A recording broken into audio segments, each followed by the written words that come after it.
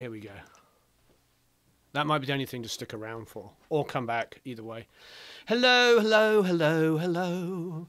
Hello. Your event is starting. No, it started. Hello, everybody. It's 10:33. 10:33. All right, so, yeah, sorry about that. Running a little behind by a couple of minutes, as usual. And this time it was not a technical reason. It was a Warren reason. Boo! Hello, everybody. Greetings, YouTube land, to you as well. Hello. Hello, Thomas. Hello, Adam. Hello, Sebastian. Hello, JR. 96K. KTO 9U. Dave Merkel. Hello. How are you? Hello, Clint. Hello, Tim. Hello, Dave. Hello, T-Dog. Thomas. John. Stuart. King Belzy. Angel. John. John Moore. Goggio. Hello, everybody. Darren. Tiz Bonus. Wow. Orangutan trade salesman. Who is the orangutan trade salesman? I think maybe we should have a competition giveaway for best name, best screen name. So I just sprung on poor old Andrew here. I was like, hey, while we're working on this song, maybe I could just plug in a guitar and try out the new Waves, plug-in. And he's like, okay, thanks, Warren. So I threw him under the bus because, hey, did you see? Just so you know, I did that Waves plug-in demo, the PRS Supermodels. I did it. What time did we film it? Midnight. Yeah. Midnight. Yeah. We filmed it at midnight on Tuesday, and it came out at 11 a.m. on Wednesday. So we filmed it, finished about 1 or whatever. Then Andrew drove home, edited it, and put it up online and up overnight. Oh, Fergus O'Sullivan says hello from Ireland. He said, "Do your Irish accent again." It's a tough one because I have Irish family. For those of you that most of you or a lot of you here have followed and been a part of our community for a long time, but I'm a real mutt. I am born and bred in England, so by default that makes me English. However, my mother and her family are Irish. Which she likes to remind me. When she she sent me a message the other day. Where was it from? Oh, it was an email. It's from my sister's account. My mother doesn't use email. And she said we were talking about being creative and writing songs and stuff, and she goes, "That's because you got Irish blood." She wanted to remind me of that. Anyway, although she sounds pretty English because, of course, she was brought up in London as a girl and everything. But anyway, there's lots of... So anyway, yes, a true mix. And I love that because... And I have my aunt and uncle, which I'm a huge fans of. And again, if you follow me, you'll hear me talk about them. They're wonderful people who have a home in Greece as well as England. And they go to Val d'Isere. And the point is like, we're all a bunch of expats, even though we're English or British, I suppose, on the face of it. Truly multinational. That's why I love being online. That's why I love this truly multinational thing. And as you know, in Produce Like a Pro, we have Andrew, who is half Cuban. Which half of you is Cuban? My dad's side. Oh, I thought you were going to say top half or bottom half. Oh. I think he's moonlighting for Conan. And of course, we're working with the Matthews at the moment, which is the name in progress, who are Irish. We have Sam over in Germany, Sam Elringman, who's in Reutlinger. Reutling. I can't remember if it's Reutlinger or Reutling. Sorry if I don't get that right. And, of course, Matt in Canada and everybody all over the place. Oh, Dutch connection. Yes, thanks for reminding me. Yes, my mother's mother was actually Dutch and her father was Irish, and she grew up in both Ireland and England. How about that? So she grew up as Irish, but her mother was Helena and was Dutch. So, yeah, we're a big frickin' massive blend of blendness. And I love it. Don't you? Don't you love the new world? Yay! Oh, thank you, Dave. Now, this community is amazing because of you. It's because of everybody here. I think what happens is,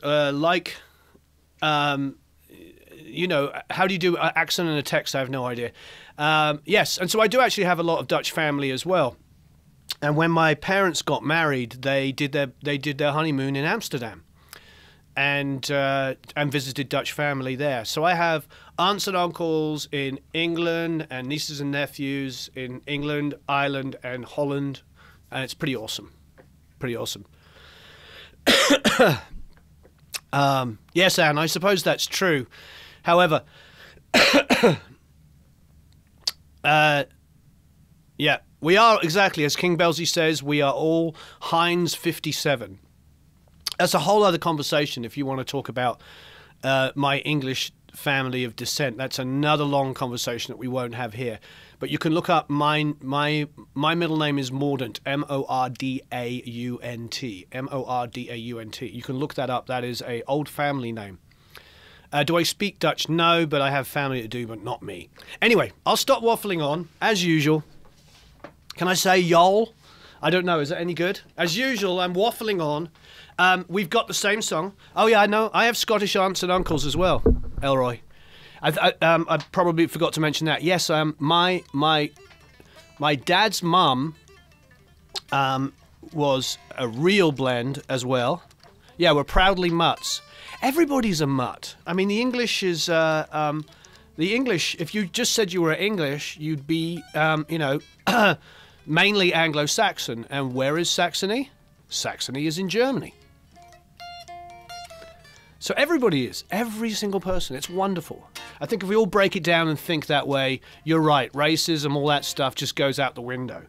Because, like, how can it exist when we're, you know, when we're all basically from Mesopotamia anyway, which is modern-day Iraq.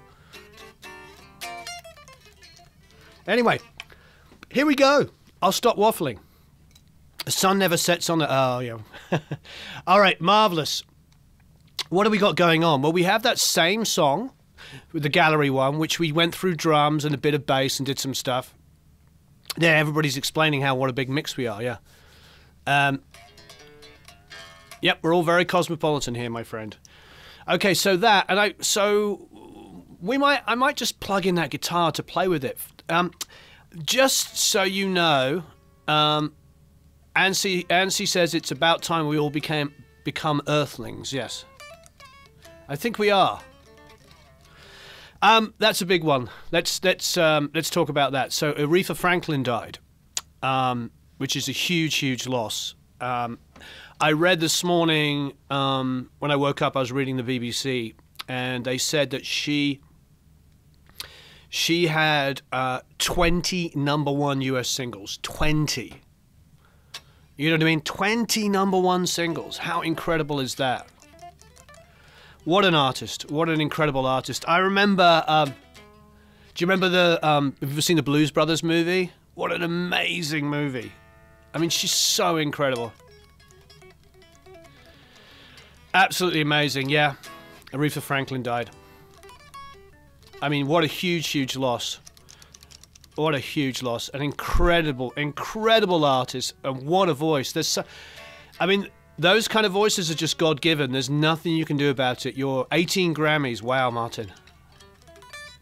Yep, so, you know, our condolences, all of us, of course, goes to her family, and that's just absolutely amazing. But it's not even just such a loss for her family, it's a loss to all of us. I mean, what an incredible singer.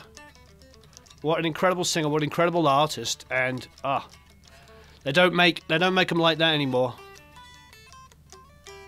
That's beautifully put, Eric. I appreciate it. That's very well said. Yeah. The chat is distracting, Warren. Yeah, it is a little bit. That's me. I'm off worrying. Okay, I'm off waffling on as usual. So, oh, this is the same day that Elvis died? I didn't know that. Yeah, 60 plus years of recording. All right, so we have the Young and Restless. Let's go over here. Dum, dum, dum. Here we go. Here it is. So you remember this? Do you remember us from last time? Let's give it a little bit of a listen. Here's the mix that we did through the Kodak, just using it as a summing mixer.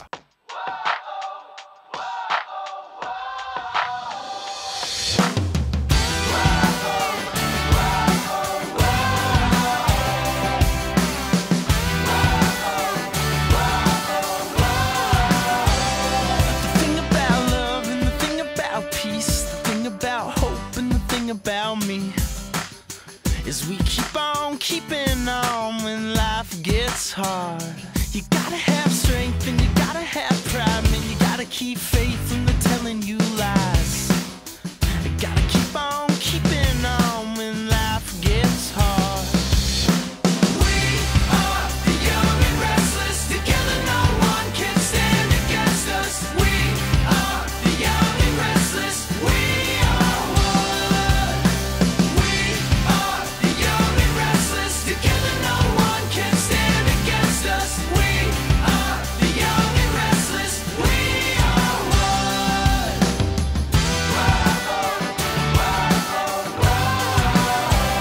You're gonna fall down, but you gotta. Cool. So what I like about that mix, because I did several, that was probably, quote unquote, and I hate using this word, but it's probably the rough mix. Let's talk about that for a second. Rough mixes are probably the most misunderstood thing ever in the history of the world. I remember talking to Jim Scott about this. There is no such thing as a rough mix, especially these days. Because these days, when you're working as a producer, engineer, songwriter, musician, you know, like all of us do, an artist comes in, you co-write the song with them, you produce it, you engineer it, you end up playing on it, you co-write on it, all of this kind of stuff. That's what most of us do. You do your best work. You record things, you mix them the way you want it to be, and then at the end you have a mix. So why does that become a quote-unquote rough mix? It's really quite silly. It's really, really silly to say that, because I think the reason why I say that is I have a real problem with it, because it creates this illusion that songs have to be mixed by somebody else. Does that make sense to you? From a professional level, working with a lot of signed artists, especially around about the time of the Fray, where I was just constantly working on label projects, because on the first Fray album, you know, that was so huge that I got work coming out of my ears, you know, and it was still at a time when people were buying a lot of records, so the budgets were bigger. I mean, we still make, you know, quote-unquote major label records now, but the budgets are like this size compared with what they were.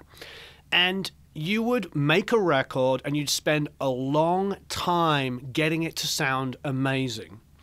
And then the label would ask for the rough mix. So you would send them a mix like this. And then they go, okay, who's mixing it?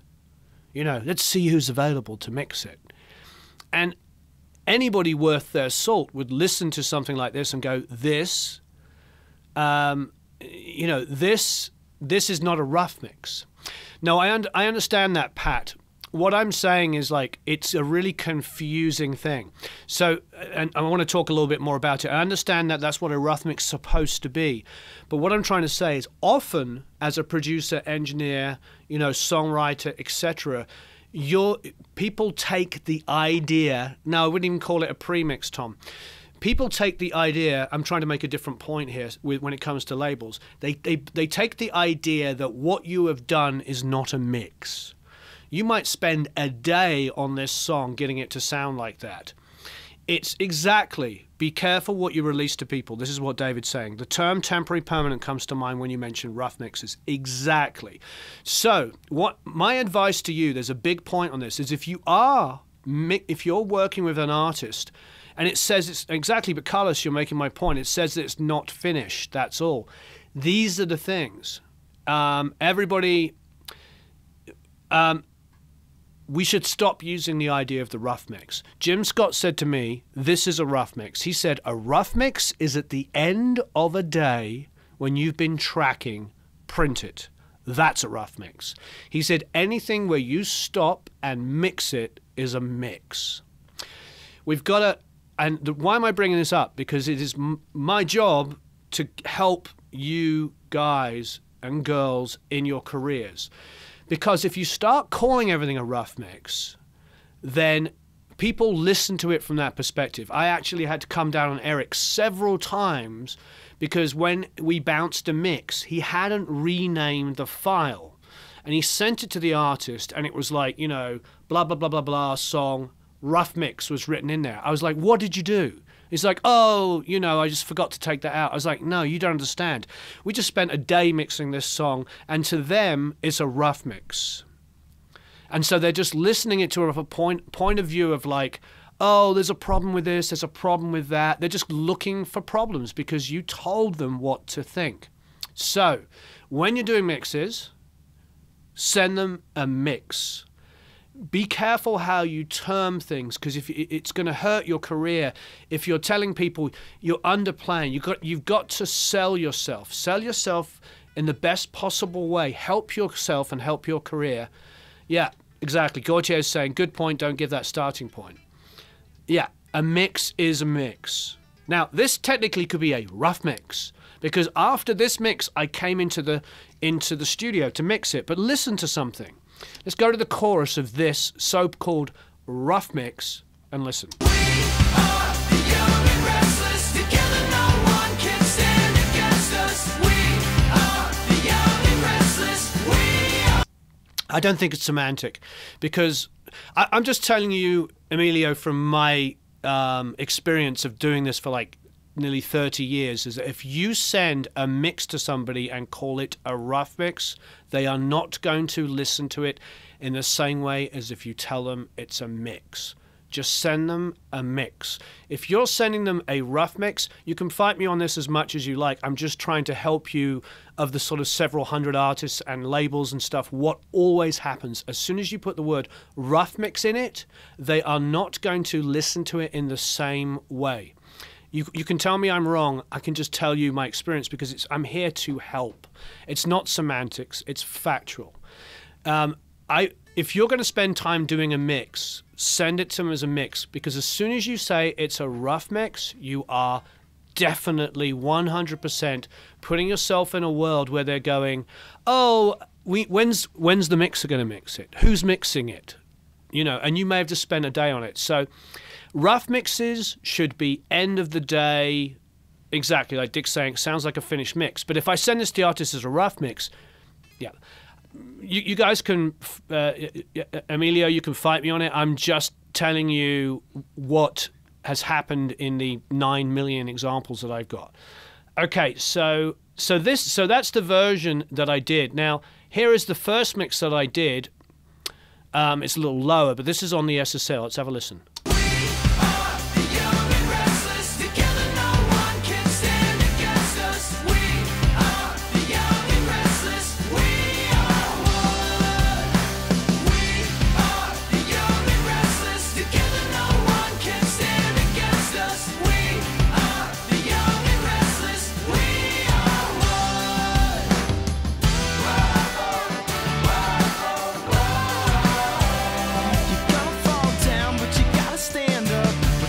Cool.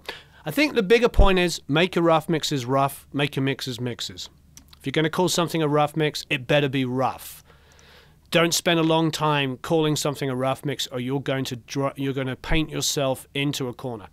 Okay, that's the mix that I did on the SSL, the first one. Now let's go back to the quote-unquote rough mix.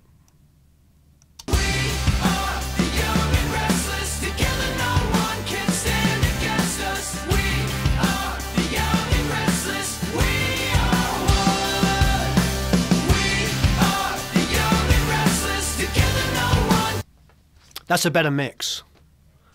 That is a better mix. And see, why is that a better mix? That's a better mix because it was the mix that I did while I was producing the track. It's a mix I did in the actual studio that I recorded on it, because this was done at Harmony. This was originally done at Harmony down the street, my other studio. And it just is fatter all around. It's not as EQ'd, but it just sounds big and fat. The drums sound great. We are the young and restless. Together no one can stand against us. We are the young and restless. We are one. So what happens a lot of the time, and you'll all know this from mixing in a box, because this was actually done in a box as far as the production is concerned. It was just summed through a console, but with no EQ, no compression or anything. It was just used as line amps. What the lesson is here is, like, this was recorded as I wanted to hear it and carried on adding things until I was happy with it, and then I did a little tweak and printed it. Then I take the session and I bring it up to my studio here, where I have an SSL and lots of fancy gear.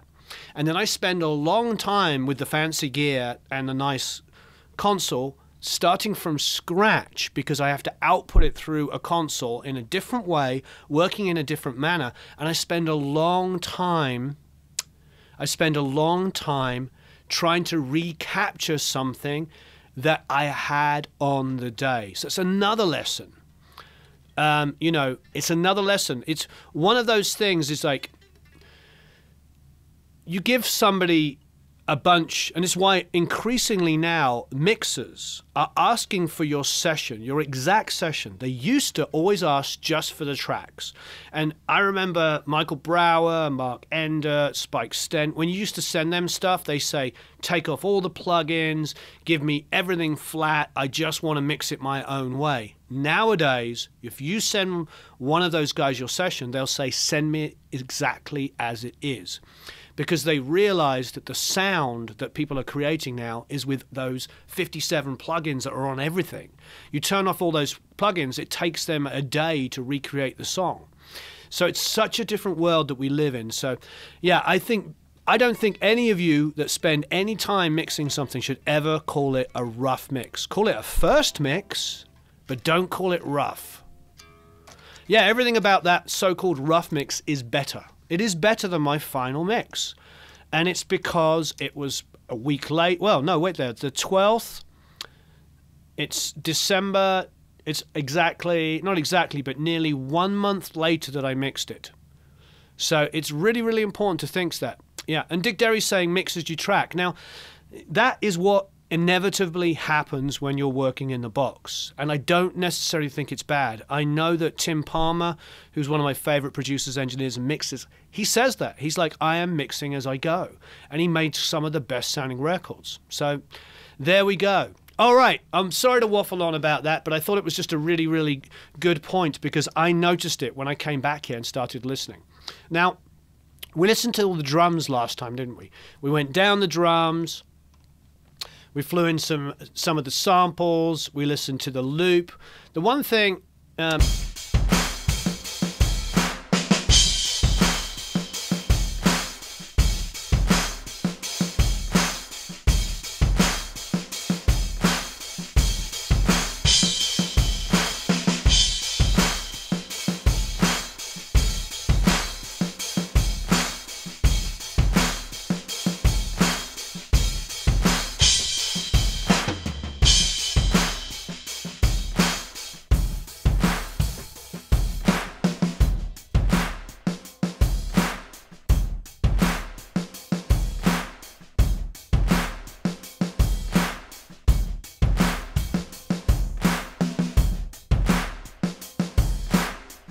Yeah, it's a nice way. Elroy the overseer, has made an interesting point. Yeah, it does exactly. It sort of makes you feel like there's no concentration on it.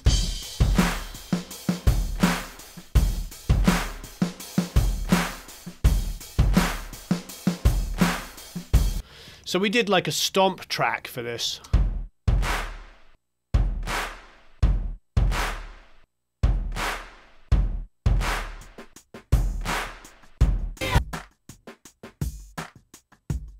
So I used to, all the time, I started this song off, yeah, there are some, yeah, exactly, the slammed claps. And by the way, you can get this course, you can get it, it's available. I'm sure Matt can do some kind of deal on it or something. Matt, will you put something up about it? But what I did is I had iMachine on my cell phone. And I was flying somewhere, and I don't remember where now. I think I was probably going to do a session somewhere. And I came up with this beat on the iMachine.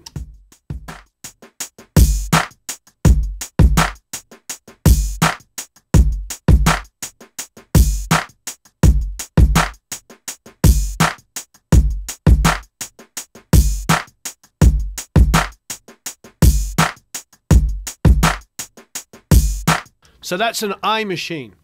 So I had headphones. I remember I had those Sony noise cancelling. I sat on them a couple of years ago and broke them. But I had the Sony noise cancelling headphones, and I had my old iPhone, probably, actually, yeah, was it an iPhone or an Android? It was my old iPhone, and I just built this beat.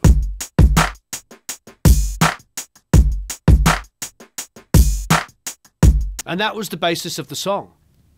So I started off with that because I wrote the chorus with the band.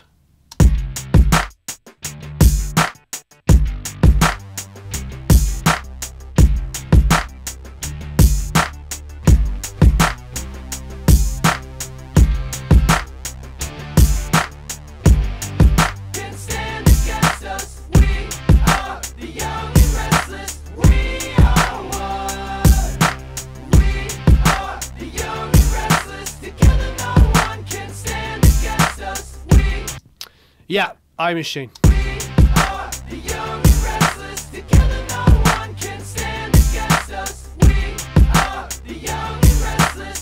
Hey, Peter.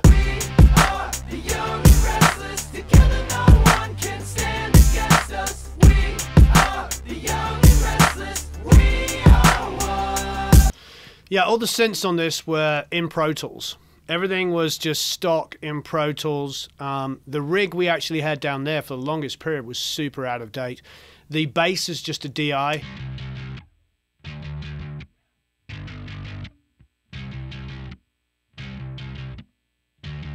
And it's just my jazz bass, which is around here somewhere. It's my Mexican jazz bass. It's me, it's my old engineer Phil Allen, and it is the band. So it's just a bunch of different voices. So you can... We are the young and restless. Together no one can stand against us. We are the young and restless. We are one. We are the young and restless. Together no one can stand against us. We are the young and restless. We are one. We are. And see, the gang vocals are, you know, average to say at least. We are the young and restless. Yep, played with a pick, but it's I wanted that aggression. We are the young and restless. Together no one can stand against us. We are the young and restless. We are one. We are the young and restless. Together no one can stand against us. We are the young and restless. We are one. We are the young and restless. Together no one can stand against us. Yeah, I mean, yes, you can hide a lot in the mix, but actually, to be honest, that's what makes a gang vocal work. You saw me going through all the different vocals. I mean, this is a good illustration of not overdoing the old auto-tune. If I took every single one of those vocals and vocal aligned the schnizzle out of them and tuned them to within an inch of their life, there would be no chorus gang vocal. Because chorusing, yeah, I can go through on another video on how I do the vocal harmonies. We'll talk about it in another one. But so basically, you're how many singers? There's four different people. There was two guys in the band that could sing, and then there was me and Phil. So there's four different voices in that, four on the gangs, and then separate voices singing all the parts. How do I write the vocal harmonies? Well, I always look for my favorite harmonies in pop or rock are obviously thirds and fifths. You know what I mean? Deep.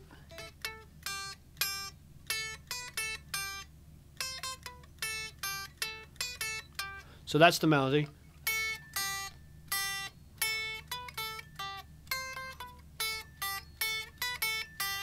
In G, so all we do is start on the third.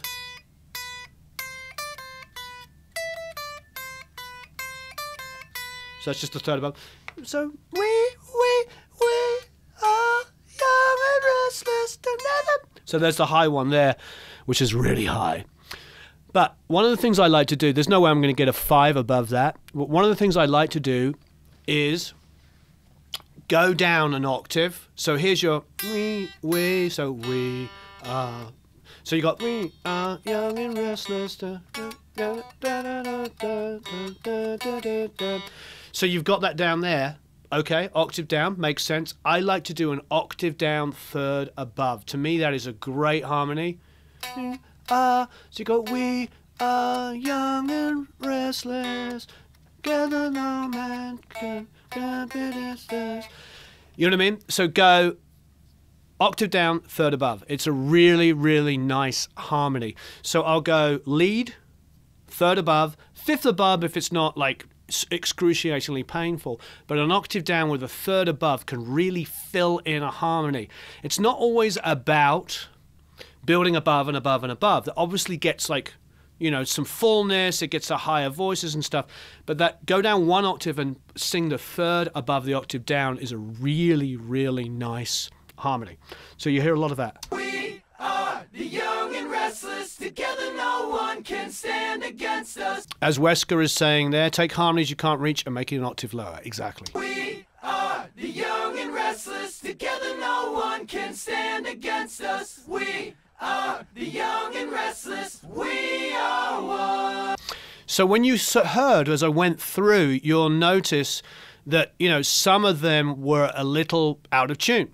You know, like not absolutely perfect. But as I was starting to say before I started explaining the harmonies, is like that is okay because that's what creates the chorusing effect. If everything is absolutely perfectly in tune, they go from sounding, bye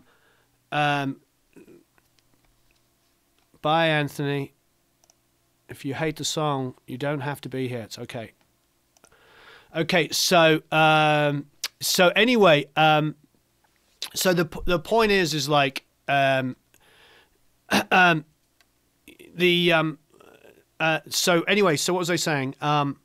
The reality is with this is like you don't want it to be absolutely perfectly in tune, because then that will just, you know, it will create that, you know, it will just sound like a robot. And that can be okay when you want those melodyne kind of, you know, melodyne kind of effects that you hear on modern pop music. But what tends to happen is it just doesn't sound big. You know, it doesn't sound big. Well, I just don't understand if like come in just to trash talk and we're trying to talk stuff, you know, we're trying to help each other, and it's just like just trash talking is like, there's so many places where people like to trash talk. You know, you can go to PewDiePie, you know, what do you say? What's his name? PewDiePie? PewDiePie. You know, go to PewDiePie. Oh, don't be silly, Elite on the beat. No, they don't. Okay. All right. So, all right. Yeah. So the imperfections are what makes things great.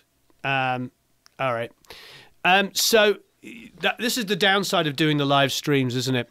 You know, a lot of my friends that do the live stream says you have to ignore the comments, but then how do we have like a really, really good community? But there's always going to be, you know, somebody that's going to hate on it, and then people that pick up on the hate, Elite. Anyway, all right, so what I'm doing there is like you can hear it's really all about, you know, creating, it's all about creating something, you know, really wide and really, really beautiful.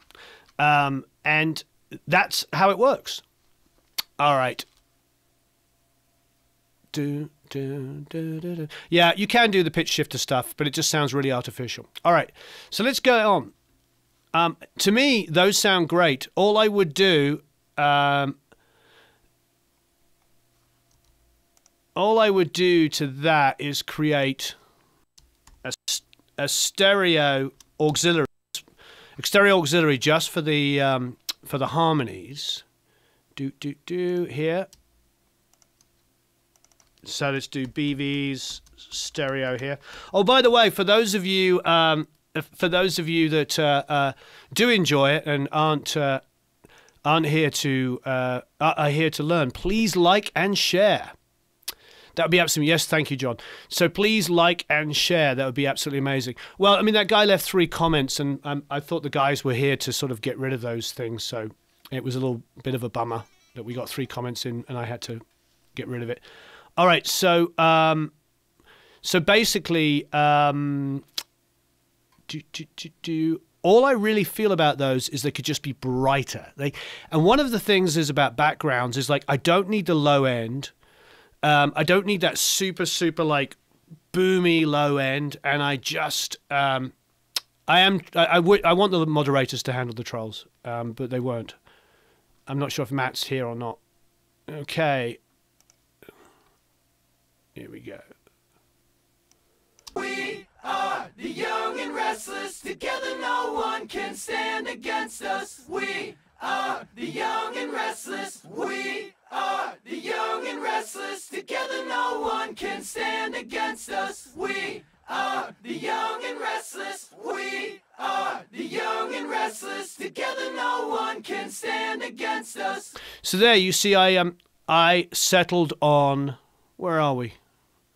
You know, about 150, 140, 150. We are the young and restless. Together no one can stand against us. Little 8K boost. But at the same time, I'm also going to low pass at 8K. We are the young and restless. Together no one can stand against us. We are the young and restless. We are. Thanks, Sonkid. We are the young and restless. Together no one can stand against us. We are the young and restless. We are the young and restless. Together no one can stand against us. We are the young and restless. We are the young and restless. Together no one can stand against us. I mean, wow, look at that subtle thing there I did. With this Brainworks one here, which I just reached for naturally, I did 1.6 dB at 3.7K. Listen how much of a difference it made. We are the young and restless. Together no one can stand against us. We are the young and restless. We are. That's wow. I mean, sometimes you just find that frequency that just bites and just cuts through. And so what have we done? We've done about 140, 150 as a high pass. We've low passed at 8K, but also boosted at 8K. So we created this kind of like boost that cuts off. So it's got some air over the top, but it's not above 8K. And that seems pretty beautiful to me. And that little 3.7, it just gives it a little bit of grit. Sometimes, quite often, I'll run a little bit of distortion on there. There's no de-esser on it at the moment. I would wait until, at the moment, if I'm going to run a de-esser, for those of you that know me well, you'll know that I'll put the de-esser on first. I'll go right to that de-esser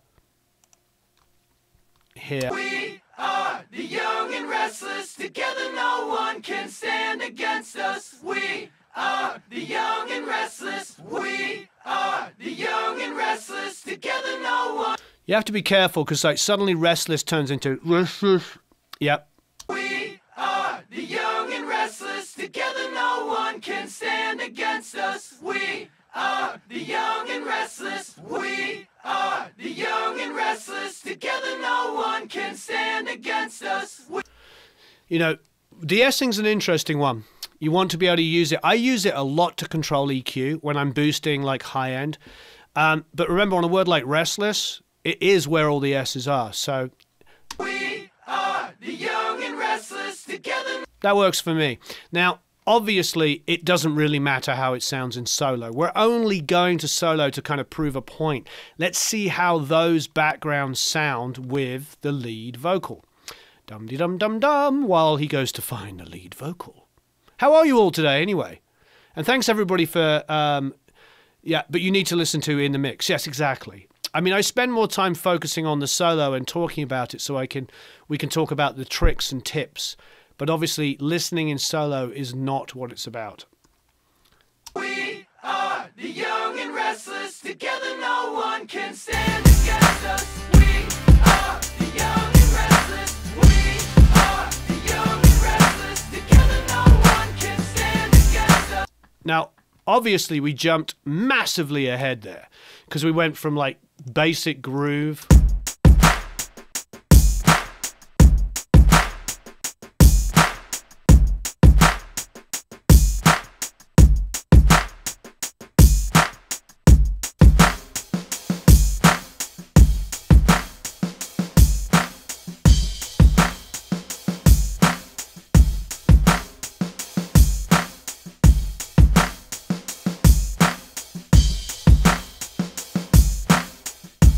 Now what I'm going to do is I'm going to take those live mics. You probably guessed I'm going to do this. And I'm just going to create a single at the moment, just a single auxiliary track. And bust my drums through it. So this is all the live mics. I like having multiple auxiliaries to do stuff. For me, it gives me a lot of control. I know that sounds really obvious, but I do open up a lot of people's mixes and they're not bussing things together. It doesn't mean they're not always bussed together just so I can compress or EQ them. It's obviously that's a good reason to do it, but it's also just a quick way to reach for something. If I spend a long time like getting my drum balance together, why would I not have it on a stereo fader? You know what I mean? So let's listen to it. So at the moment it's being dominated by those samples, which of course I can bring down some more. But before we do that, let's have some fun with it. Let's go and let's get the E channel. You see, I'm listening to it with the samples.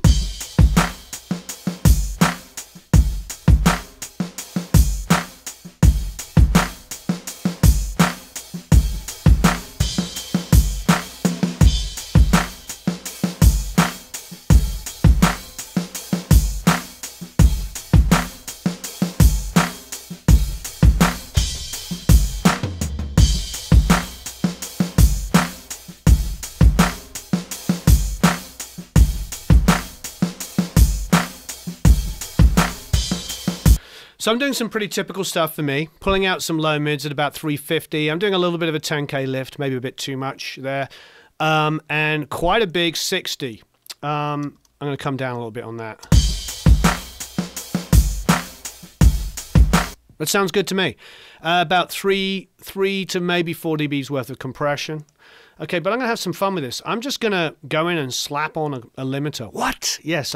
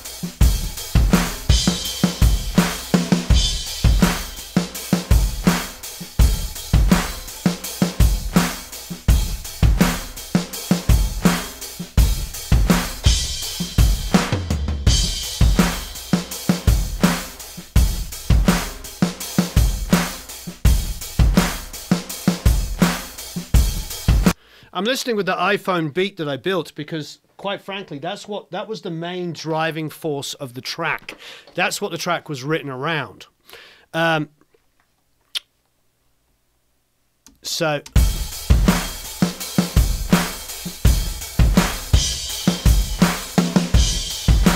now I'm not listening to the reference rough mix. Why am I not doing that? Because I want to mix this song in a different way. I've already done this mix twice. I did it through an SSL. And I did it in the box, but I did it with a summing amp. What we're doing here is we have absolutely no summing. This is entirely in Pro Tools. So it's really a very different thing. I'm trying to do the minimal amount of like effects. I haven't put any reverb on the snare. I want to see if we can build this up in a more naive, do the job kind of way.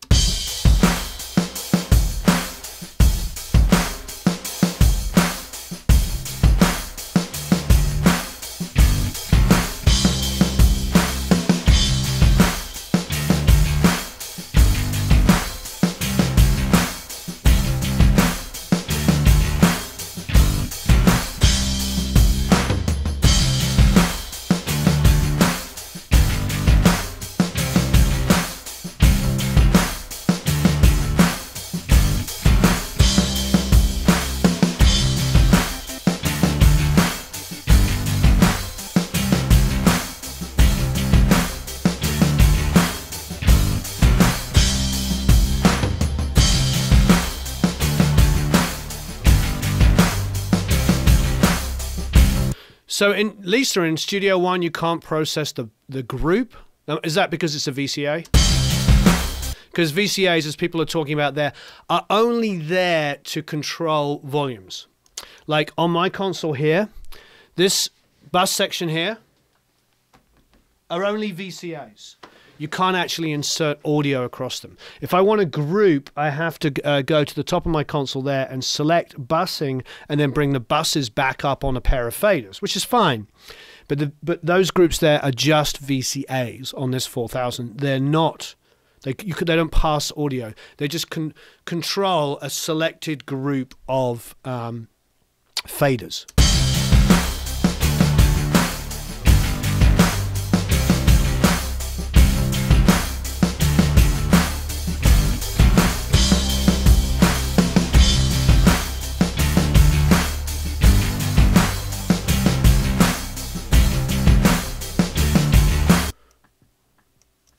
Fantastic. Having fun with this. Do. Somehow or another that got changed. I must have done something silly there.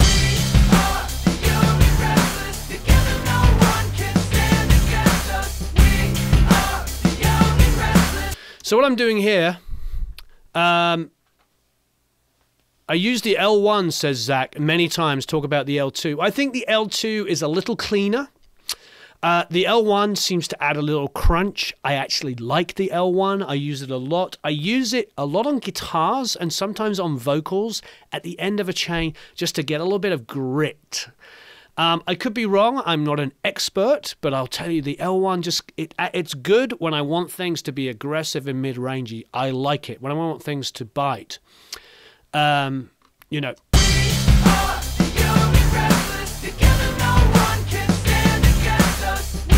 Have you noticed I've done no reverbs yet? I haven't tied myself into a position.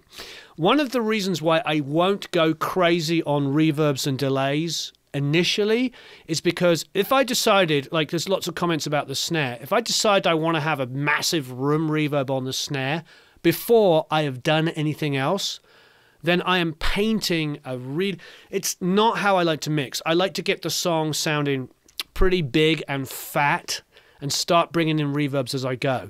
That's not to say I don't do them earlier. Of course I do. But I try to think in a way of like, you know, where do I want this song to go? A big reverb on this would really, really mess with everything else. And even those BVs at the moment are completely dry.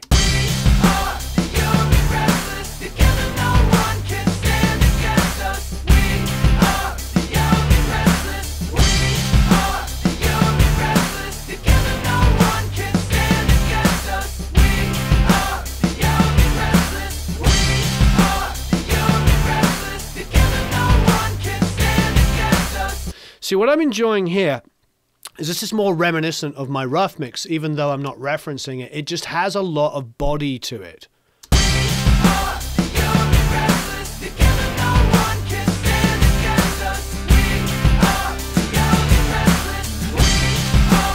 Thank you, Gary.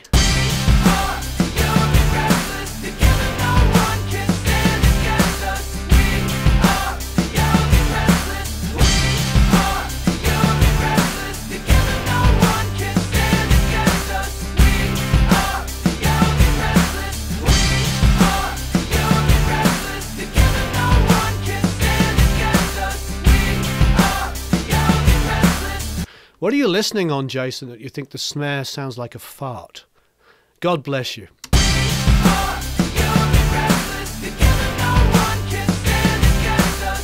Yes, rough mix, John.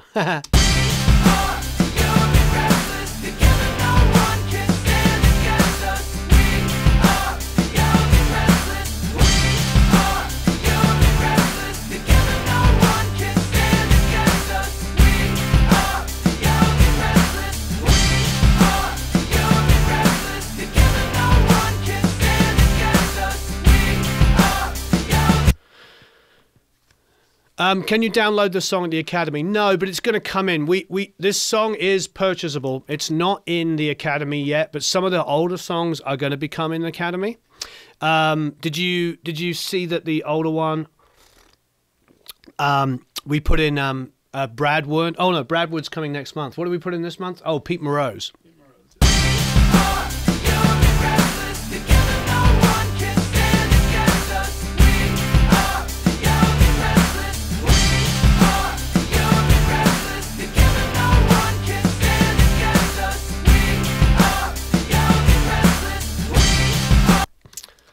I think one of the things that living in this world of internet is so amazing. We have so many things, but one thing I always try to do, you'll notice when I'm talking to people online and we're communicating, I always make sure that people understand that I'm not an expert, and I certainly, you know, things are my opinion. You know what I mean? But I would never tell somebody that their snare sounds like a fart and that you're an expert. You know what I mean? And I think that that's where our community is really, really great, is there's very few people that are that opinionated that they know. Because you know what? When I'm working with like Jack Douglas, he doesn't know. He's always like helping people. He's always like encouraging performances out of like, you know, and he worked with obviously John Lennon and Steven Tyler.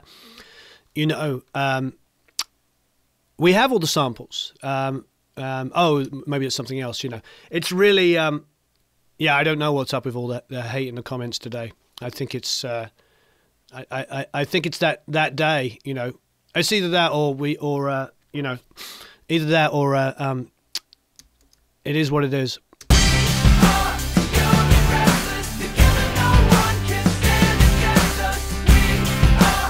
I think, Jason, if you tell somebody that their snare sounds like a fart and it's really, really flat and it doesn't sound good.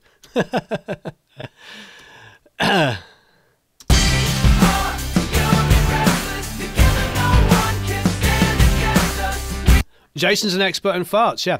I love the drummer's perspective. Why so much audience perspective? I think that that's part, that's interesting. God, what was it? I think, you know, that's always been one of those things that people, you know, that's one of those things that people are, you know, most people aren't drummers, so they're imagining watching a drum kit. I think that's the only reason. And I think the reason why people favor audience over drummer's perspective is because most of us aren't drummers. Even though I play drums, I wouldn't consider myself a great drummer. Now, with piano, I think that most people, not everybody, but most people have experienced sitting in front of a piano. You know what I mean? It's like, I think that that's one of those sort of experiences.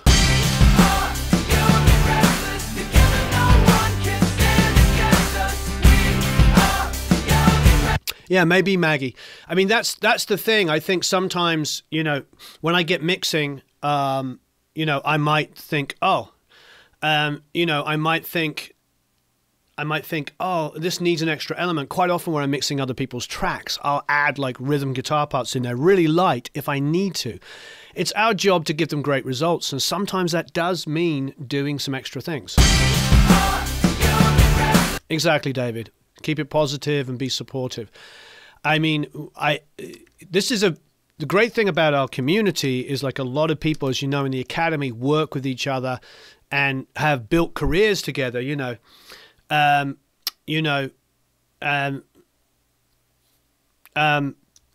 It's, you know, we people, you know, it's just not constructive, Jason. It's just trying to be superior. No, so what it is like, so in the academy, and you want to work with other people that are supportive and helping you grow together. So I think that that's kind of the reality, you know. But like I said, you know, PewDiePie or whatever, it's a great place to go to kind of like, you know, have that place. If you want to go and troll, go to see him. He loves it. Hello, Jose in Portugal.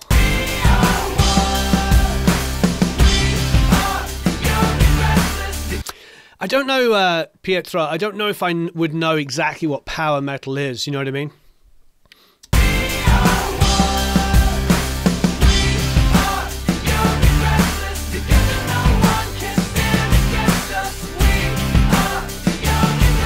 I am in Los Angeles, yes.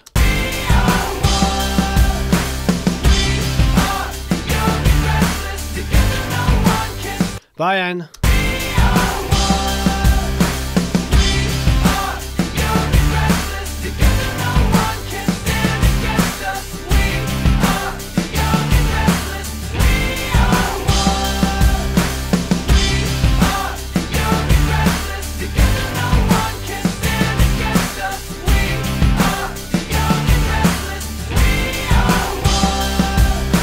Great.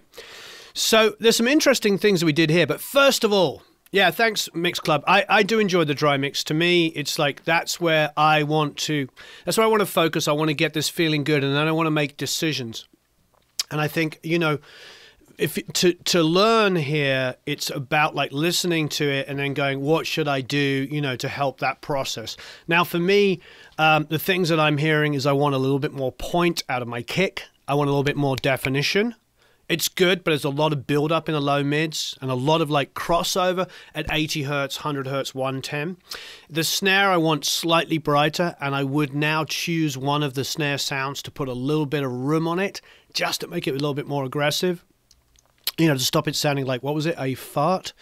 And then, you know, and probably a little bit of room on those backgrounds just to make them a little bit more like, yay, everybody, you know what I mean? Let's get, because, you know, with these kind of songs, you're trying to encourage everybody singing along. That was the idea of overdubbing those claps, was to get that kind of like feel-good thing, gang vocals, claps, and things like that. Yes, John's saying it is, John's saying it's giveaway time. It is. So what are we giving away, Matt?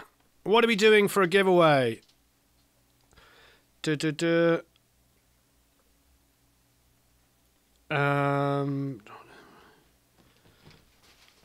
Jerry Hammock was on. So, Matt, what are we giving away today?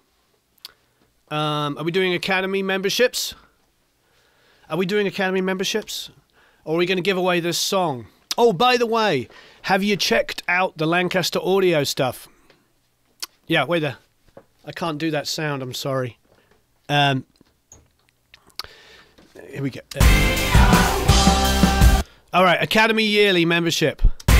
And if you're already a member, you get an extra year.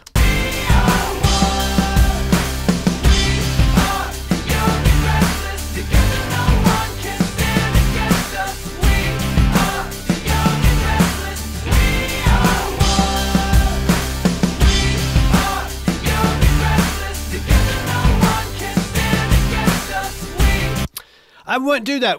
I do a lot of Skype calls. Yesterday, I did two. I did two Skype calls with two different Academy members, and we did like a we did quite a lot of stuff. You know, it's a lot of fun, a lot of fun. Okay, so oh wow, they're going crazy now on the comments. Anyway, so what I think we should do, what do I want to know about you guys? I'd love to know a little about, that's what I'm thinking of, Mike. I'm thinking of, let's have a listen. What's your process? My process is to build a song quickly, move quickly, you know, and make choices going through everything. You know what I mean? Make choices and move really super fast, and then add like effects where needed. Rather than, no, I'm definitely not giving away the Brian May guitar. Rather than like, you know, doing that, rather than like going to a default thing with reverbs and delays. There are things that I do with the vocals where I always use like 4 or 5 you know, different reverbs and delays that I'll blend in a different way. I always do that. I do have certain settings. That's very, very clear and very normal. But what I don't do is have like a fixed snare reverb or a fixed snare thing, because every song has a different tempo. So why would I go, oh, you know, here's a 1 second decay on my my reverb? So my question would be to you, all you lovely people here, is can you tell us a little bit about your process? Thank you, Steve, thank you, Mark, thank you, Clint, thank you, Alexi. Thanks, everybody. So how do you start? Do you add reverbs and delays as you go? Or do you wait until you get something up in a rough area where it starts to sound good and then add it? What is your process? Tell us a little bit about your process. And we will pick somebody at random to win a year in the Academy. It doesn't have to be a massive paragraph. Just give us a couple of lines on what your process is. Still learning, trying to get organized with a specific process for consistency. And that is good. If you're still learning and thinking it out, every song is a different picture. That's a great answer. Get great balance and move forward quickly. Great. Move as fast as possible. End up mixing a bit and track as I write. Yep, that's great. Don't have a process yet. Still developing. That's really good to hear. Hey, Warren, about Jeff Wayne, 2.5 producers. Oh, yeah, War of the Worlds is such a masterpiece. During dry mix, during tracking, effects to mix and glue, master track and mixing, Gary, fantastic. I determined the start at the start, add effects EQ right away if needed, great. Only if needed, great. Structure, easy drums later. This is great. I love this stuff. See how much this helps each other out? This is huge. Only I remember to, I love this. Afterwards, we're going to have to go back and read through all of these. This is so useful. Start the melody band, start adding sounds to make it see what's in my head. That's great, Zog. Get a mix up first, great. Leave reverbs and effects for the end. Start my drum samples. Dry to start, add your modulation effect as late as possible. Level first. Start with live performances. Guess it all depends on what cup of coffee I'm drinking. Nice answer. I develop it by the way. Mixing and group stage. Start with drums, then work. My process to do everything in the same time right now.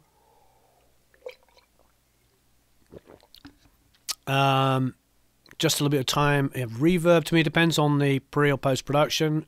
Good answer. It's hard to hear your vocals dry. Yeah, I understand, Angela. That's a really good point.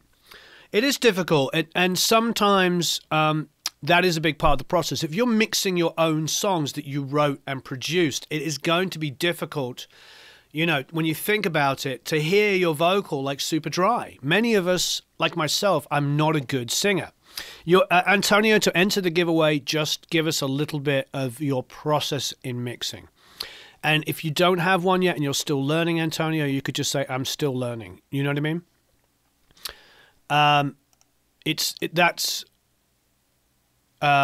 You know, and that's kind of the way to go. So, blah, blah, blah. Drums first, bass bottom, and then work way up. Add reverb after rough mix before the process. I'm happy when I turn up the audio monitoring button and spend 40 minutes working, wondering why the monitor is responding but not hearing anything. I hear you. That's a great answer, Peter. Different every time for JB. Oh, there you go. Can you know what time of Yamaha acoustic your main one is? It's called an LL16. Would you pass me the LL16, please, Mr. Andrew Perez? So, yeah, it's the LL16. If you haven't already, please like and share. I'm sure the trolls added their couple of dislikes.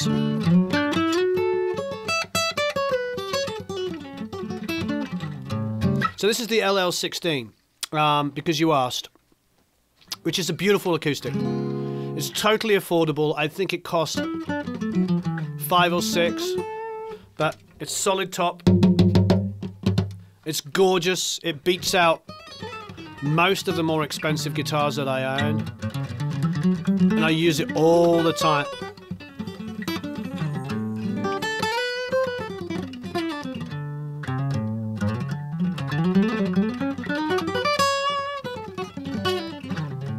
I mean, I just love this guitar.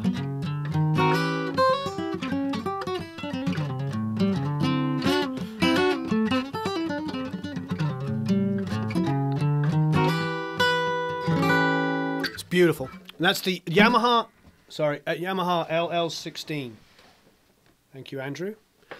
They are medium gauge, but the action's relatively strong. I'm going to move the mic. Oh, they still make the LL16. A lot of, I enjoy dry. Lots of today's are overdone, Mutt Lang on everything. Are those medium gauge? Yeah, the medium gauge with the, I tend to, the action's low, but not... I've got to read this. Tony says the LL16 is so mythical, it doesn't even hang on the wall. It hovers over a white light border floating in midair now. It is pretty legendary. It's sort of, it gets handed to people all the time to write on and produce, you know, and do all kinds of stuff. And it's on pretty much everything I ever record. And nobody ever complains. Yeah, we are trying to cut the trolls off a little quicker. That's the guys now are just turning it off, you know. Even if you're trying to be funny, it just takes away from the message of positivity and trying to help each other. $800 US, that's not bad. I mean, for a solid top acoustic guitar that is essentially sounds as good as any Martin or Gibson I've ever owned and records really, really well. That's pretty amazing. The strings I use are called a sonotone. That's SONOTON. I'll spell it for you here. I believe it's sonotone.com. Let's see if it works. You tell me. Sonotone. Does this work?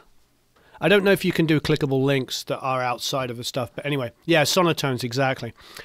I really, really love the way that they sound. Oh, there you go. Here it is. These are some electric ones which we haven't put on there, very light. I don't know what guitar we would put those on there so light. But anyway, that's the company, Sonotone.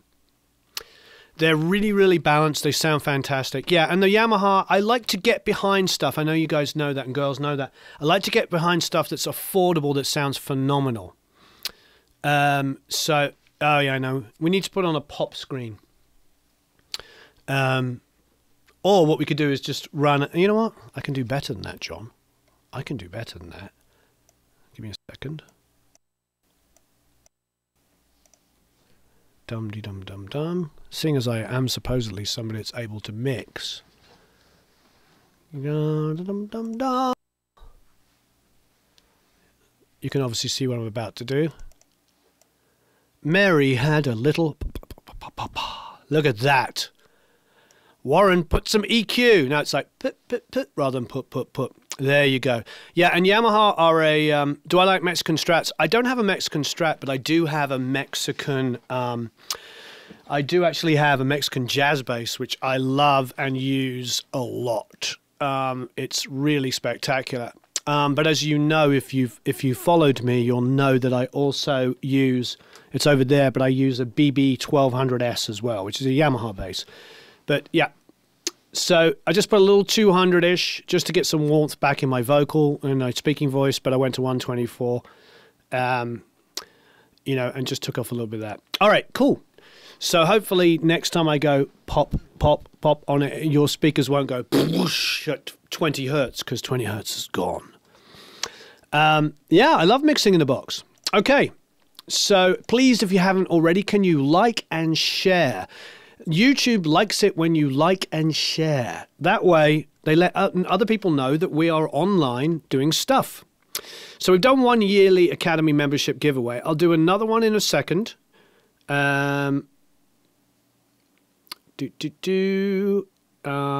there's 314 of you watching. Thank you ever so much. I see we have 175 likes. So could we bring that up to 300? That would be more amazing. Pablo, good question. Affordable headphones that I like. I really like these Blues. Some of the cheaper ones, they're not that cheap, but they sound phenomenal. We've been using them a lot. I do know outside of Blue, they're a company I love. Outside of Blue, we also highly recommend Audio Technica on the cheaper end. That was Barry Rudolph that basically said, in his opinion, for under $100, he thinks that Audio Technica make the best headphones, which I think is fantastic. Blum, blum, blum.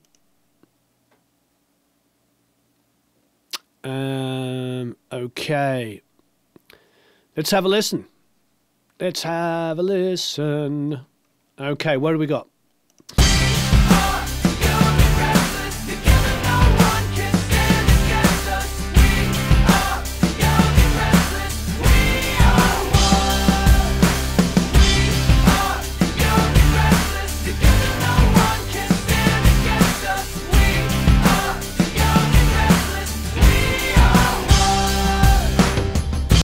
Cheaper end Audio Technica. People always, I've been getting, I've really been getting a ton of feedback that at the under $100 that Audio Technica kind of win. Now, you're talking about buyers. I love the Biodynamics, the 1990s, which are not cheap, are some of my favorite headphones. They're really wonderful.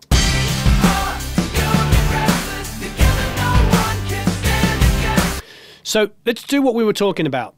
First of all, we were talking about getting the snare to have a little bit more snap and getting it to be a little bit more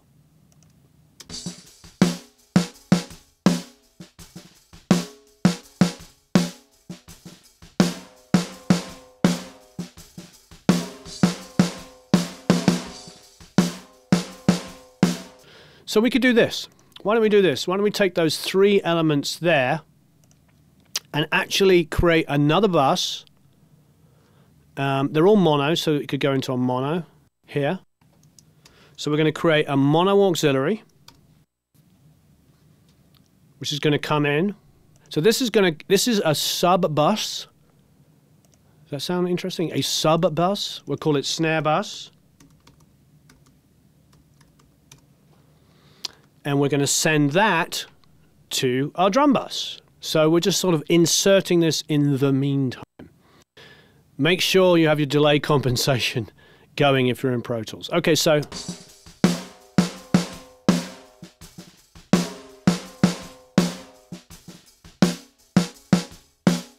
all right, so those are the snare sample is the snare itself. It's an actual sample of the snare, which has been performed at the end of the song. So at the end of the song, what I'll do is I'll have the drummer hit his snare.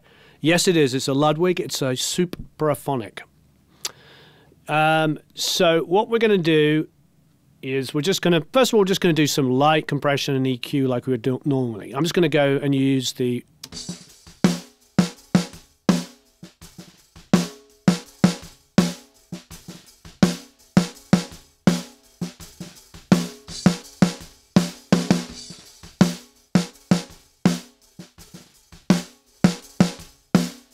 So even just on the generic SSL setting on, it just worked. It just got a little nicer. Okay, we can high pass. Doesn't really matter. There's not a lot going on there, but there's no reason not to.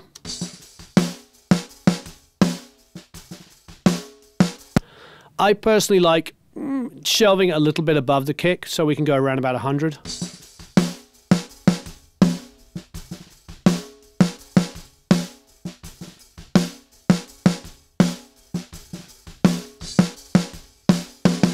So we're doing a classic kind of SSL thing where we're going down and boosting some low end, but also high passing in a similar area. So what I've done is I've gone to 80, 90, and I'm also boosting around about 100. So very similar areas. So what I'm doing, as you can see, is I'm high passing and boosting in a similar place.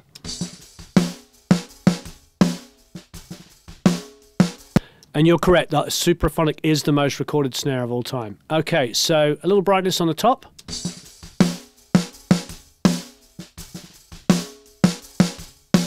Often people will go to 1.5 for crack. See what that does.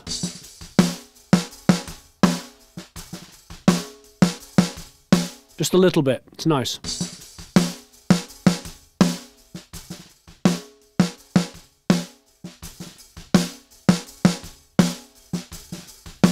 Great question, Zach. We'll go to the. We'll definitely do that. We'll go to the backgrounds in a second because the two things we were talking about were the snare and the background. So we'll go to the backgrounds in a second. Oh, and also the kick. Now, one of the things you may have heard talked about a lot, and this is totally true, is Andy Wallace's method of mixing. When he does, a lot of people do this. When he does drum reverb, is he won't use the recorded snare, the close mic snare. He'll use a sample. And the reason why he does that is pretty obvious when you think about it. It doesn't have all the bleed. So if I took this, let's create a snare reverb. So here's the snare reverb. We'll bring it on, and it's being bussed to the same bus. We'll come in on 1 and 2. Why the heck not? So if we came off just our bus here, okay, so here's 1 and 2. So this is the combined snare bus, okay.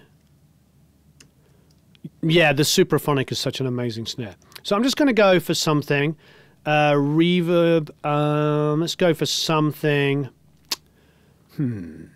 what should we use? Let's just go for an H verb here.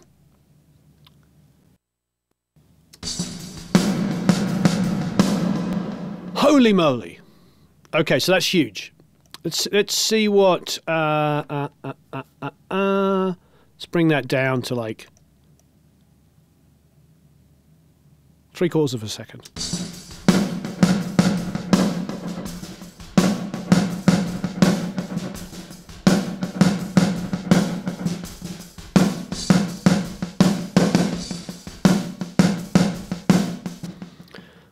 It's kind of fun. I'm not going to use it.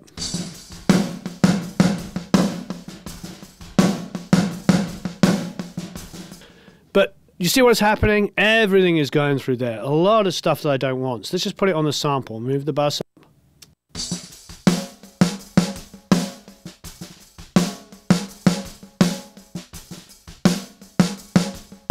So much better.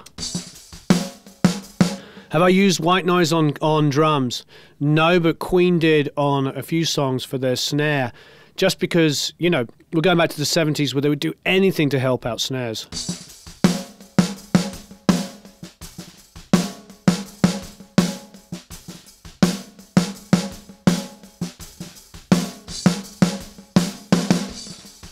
Cool, that sounds great. I want my daughter's a little bit of a daredevil. I wonder if she's going to get into skateboarding and stuff as well.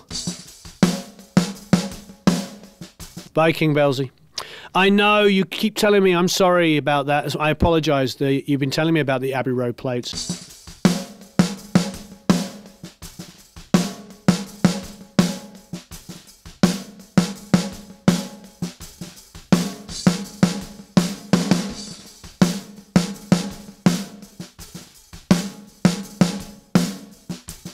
So I took the input and output echoes off.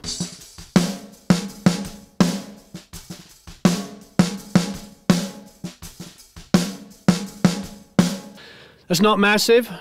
I don't know. No, I believe it's actually on. I can't remember. I've heard allegedly the multi-tracks, and they put that white noise underneath the snare. You know, this is what part of that big discussion that we always have, where everybody maintains that, you know, that all modern drum mixing's terrible and they never use samples, and yet you talk to everybody that made records in the 70s in particular, and they're telling you all these tricks they used to have to do to make the drums sound better, like triggering early delays and things like that. Thank you, Alexi.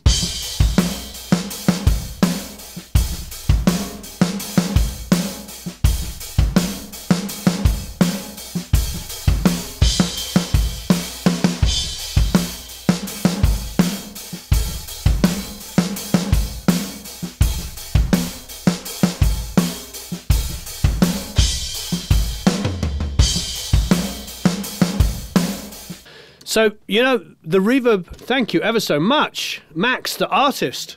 This is pretty cool when the artist buys you a coffee. This is from the country store. Delicious coffee, made by our neighbour.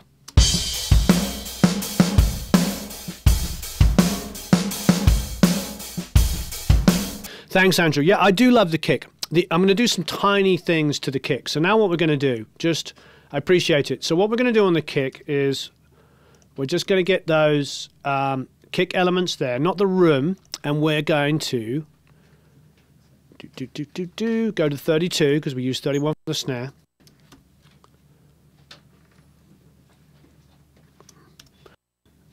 And we're going to do that same thing. So we're going to call it kick sub. Come in on 32. Like so. Go back out through the drum bus that we created.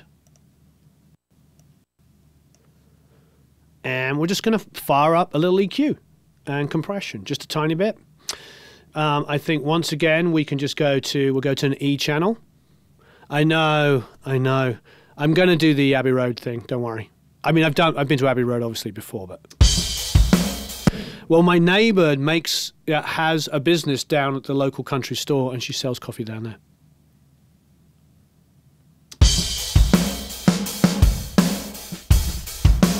Yeah, you're right. The townhouse, we're going to try in a minute. Now, I'm going to do something dangerous. I'm going to high pass the kick. I love Waves plugins. I love Brainworks plugins. I love plugins. That everybody is making some great stuff. If you haven't already, check out Kenneth. There's some great stuff. Don't be down on Waves. I know it's very popular because they were one of the first great companies. Let's be honest. When I first started using Pro Tools in the mid-90s, they were just making amazing sounding plugins. Now everybody's taking a bite out of it, but let's be honest, they make great things. I just like really good plugins, and as you see, I like to feature everything because it's really important that we share this information. There's no egos here. It's all about, like, there's no time for trolling. It's all about helping each other out. Need a coffee in Worcester? All right. So so what I did is, look, listen to here's the before and after. I know some of you are listening on big speakers. I know John was, and I believe Pat and a couple of Martin. See if high pass. See if you can hear that the kick drum actually sounds bigger on big speakers being high passed. Listen to this.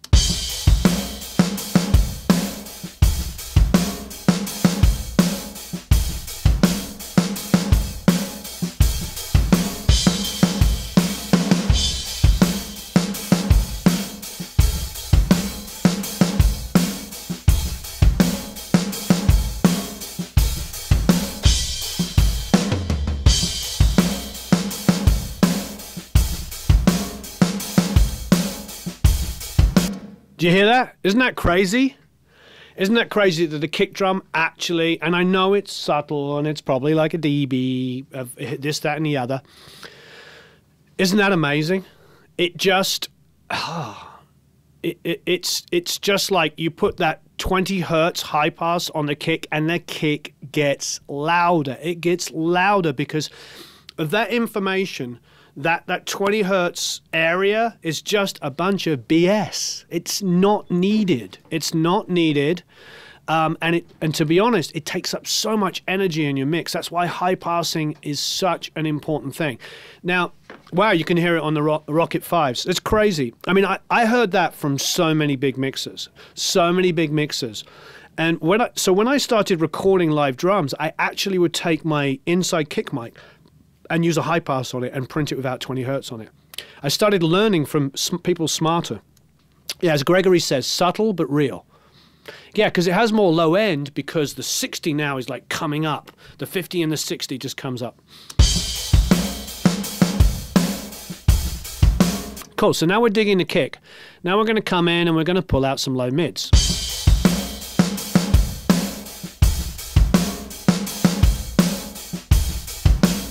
As Martin said, here comes the dislikes because we got onto the high pass thing. It's okay. And I'm going to do a little 60-ish kind of boost, just a tiny bit.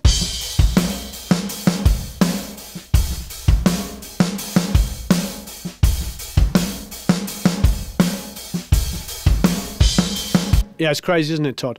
All right, a little 7K. I'm stopping. See, normally, because of the way this plugin works, I can't speak over it, so I'm stopping and doing the EQ and showing you. I know that's a really ridiculous way of doing it, but I want to tell you what I'm doing. So now I'm doing a little 7K boost.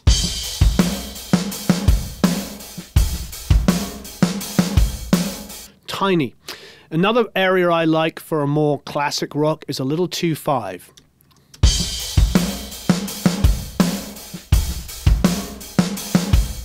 Now, all that subtle stuff, can you see me over here, everybody? Hello, I'm over here. I'm going to point down like this for off, and I'm going to point on for on. Okay, so this is off.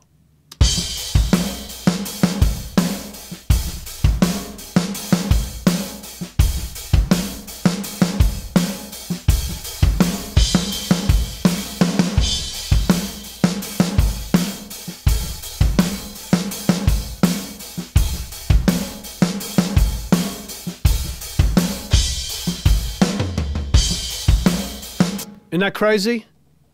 And most of that's to do with the fact the high passing. We did the boost at 50 is less than a dB. So it's insane. High passing is your friend, done properly.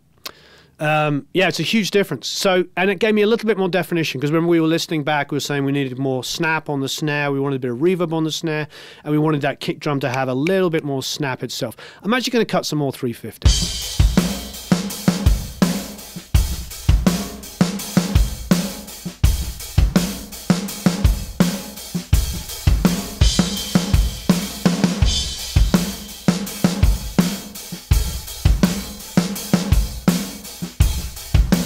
Cool. So Mark's saying even on his iMac speakers, you can hear it get it tighter. It's great because even though, and this is where, you know, we have to help people out because, you know, that one video that was dispelling the idea of high passing says, well, if you can't hear it, it doesn't make a difference. Well, that's the problem. it's not about, you know, what you can hear even on hi-fi speakers. That's not what it's about. It's when you come to master a track. If you've got a whole bunch of 20 and 30 hertz that's just going blah, blah, blah, blah, blah, blah, blah, in the mix, it's taking up the energy. It is removing the volume and the dynamics of the song. You know, so it's really, really important to know that. It's, you know, it's really, really important. You know, we've got to talk about this. The reason why we're in solo is to be able to teach people so they can hear. This is not an exercise. If I was just mixing this song, I wouldn't be stopping and talking, and I'd be moving much, much faster, and I wouldn't be soloing to illustrate stuff. So I know everybody wants to be the one that's like right and telling everybody off and being like, I know better than you. But this is how you teach. You know, you teach by stopping and showing people what you're doing, and that's why I have to keep stopping and soloing things and all this kind of stuff. If you want to do a real-time mixing, I can do that. You know what I mean? I can do a real-time mixing, but I'm not going to describe it as you go. So it's really, really important to understand what we're doing. You know, here we go.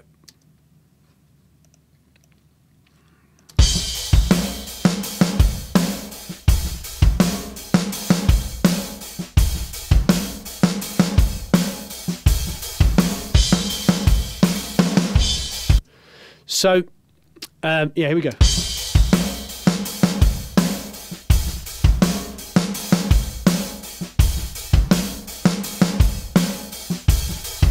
Still an absolutely massive kick. Let's throw in our little beatbox. It's getting a little lost. I'm going to fold that into our drum bus now so we can hear it.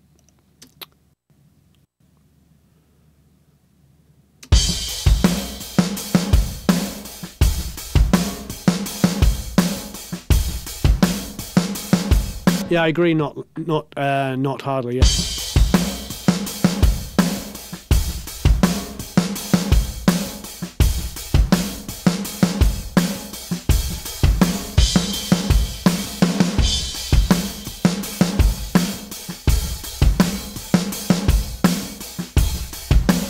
So what we did there is we folded in the delay. We folded in the delay there, and you know, it's really, really important that we sort of like shape this together and make sure that it's moving forward. If you remember from the last time we watched it, that delay on that print there was all about like creating some movement. You know what I mean? Now if we put in my iMachine, which has loads of low end, let's see what that feels like.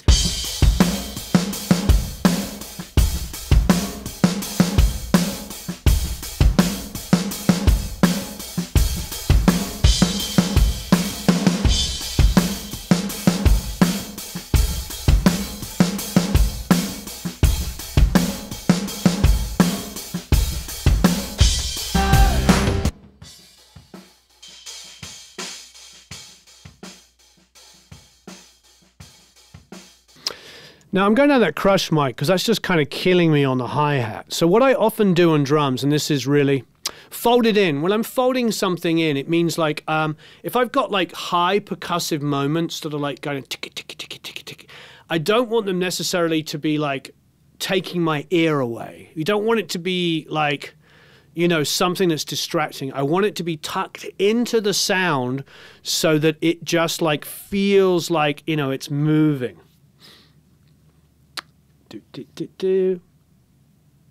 Harmonic. So let's go here and try some lo-fi.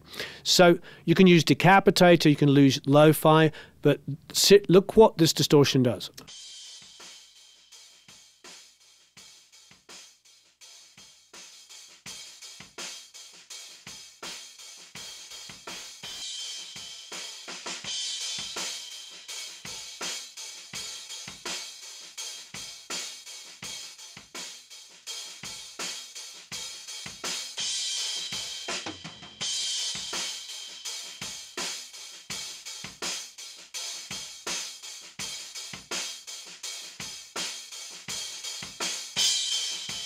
So some of the high end is starting to distort first, which I like. It's really, really good. There's another really good plugin for this, and that's the MJUC. That's the Klang Helm.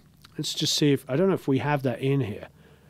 Can you ask Eric to make sure that the Klang Helm's also in here? I don't think it is, unfortunately. That's a big favorite of mine. I bought that for $27. I think it's still around. So to me, the hi-hat's still a problem. And we're listening in solo so we can talk about this. I have to explain that every time now.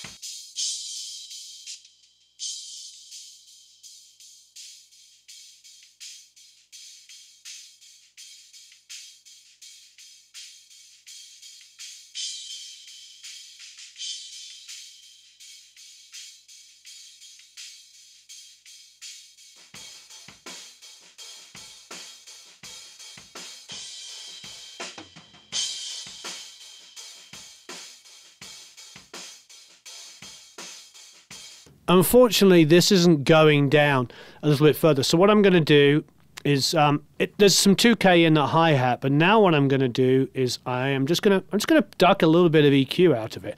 It's about 1.5. It's horrible.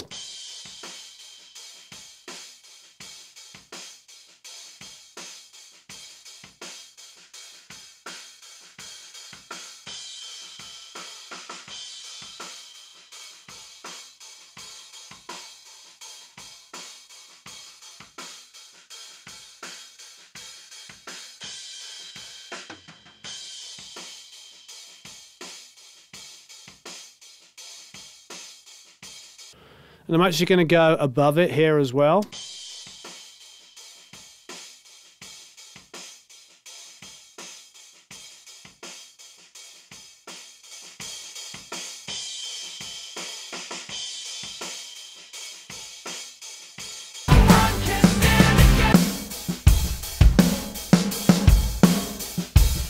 That was just an area that's annoying. I could have done that with a de-esser as well. You can also use dynamic EQs. You could use a multiband. I think a multiband would be overkill in this situation. I don't want to go crazy. But yes, the Klang Helm is amazing because it does that same trick with the distortion. It's really, really good. Okay, let's do another giveaway. Another giveaway. And could you please like and share? That'll be absolutely amazing. 224 people have liked. That is amazing. If you could share it as well, that'd be awesome. Thank you, Gregory. You rock. Yeah, oh, exactly. All three different modes of the Klang Helm are different. They're all absolutely fantastic. It is an amazing plugin for the price. Absolutely amazing. So, here we go. I think also when it comes to like the crush mic here, it's such a hi-hat mic regardless. There's a part of me that just thinks, maybe we can just turn it into another room mic. So what I might just do is go for the good old-fashioned deverb here. Dum-de-dum.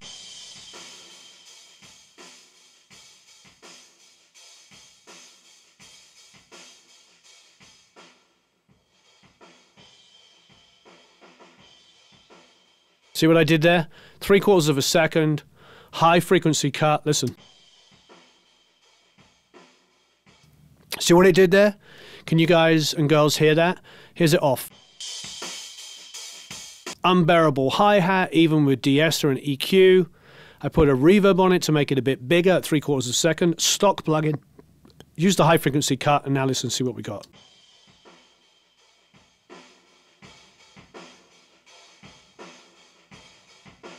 And that's a free plugin. So it's amazing what you can do just by understanding, you know what I mean?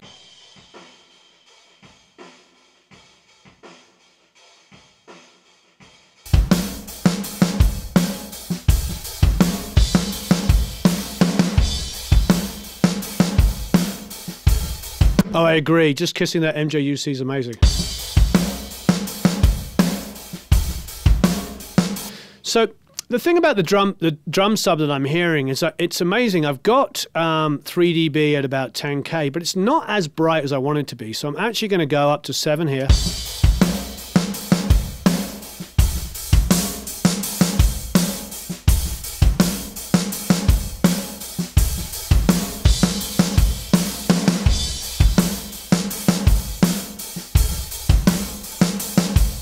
That's my overall drum sub. Hey, Joshua. Yeah, see what it's doing with that?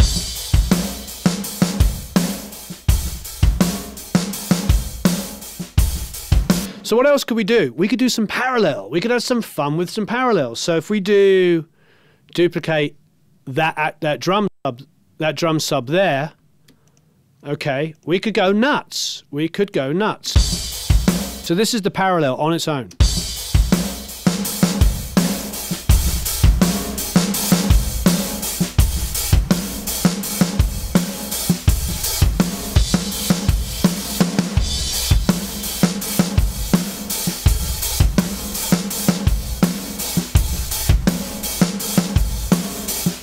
Now, I like that, but I don't love it. Why don't I love it? Because I don't like what it's doing so much with the cymbals. So what do? Well, let's do this. Let us go and create another subgroup. Now, what I can do is I can take my snare bus and my snare reverb.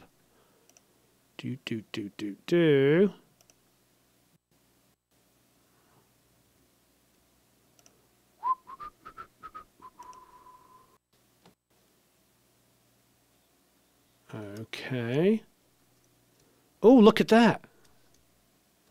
That's a little feature that I didn't know we had. Oh, look.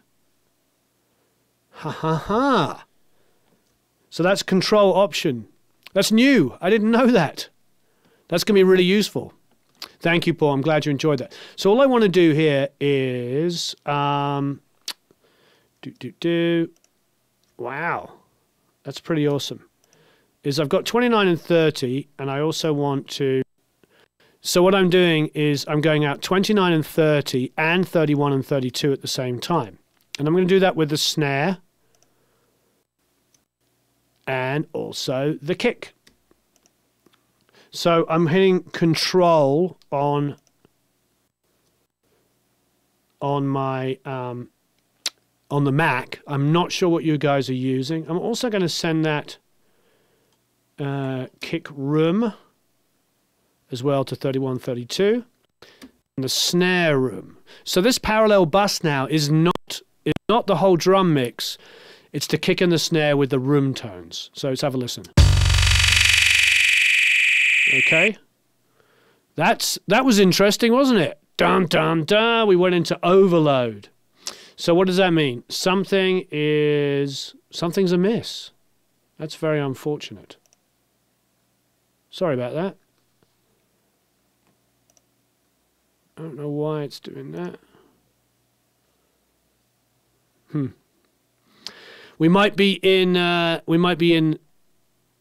little bit of a issue here. Let's just turn this output off. There you go. Let's see if I've doubled up some kind of input. I don't know where the guys have my vocal coming in. No, it's monitor 1 and 2. So, oh, God bless it. We're running like so many different pieces of software here. I wonder if that's what's causing the problem. So let's go back. 29. Hit 31, 32 as well.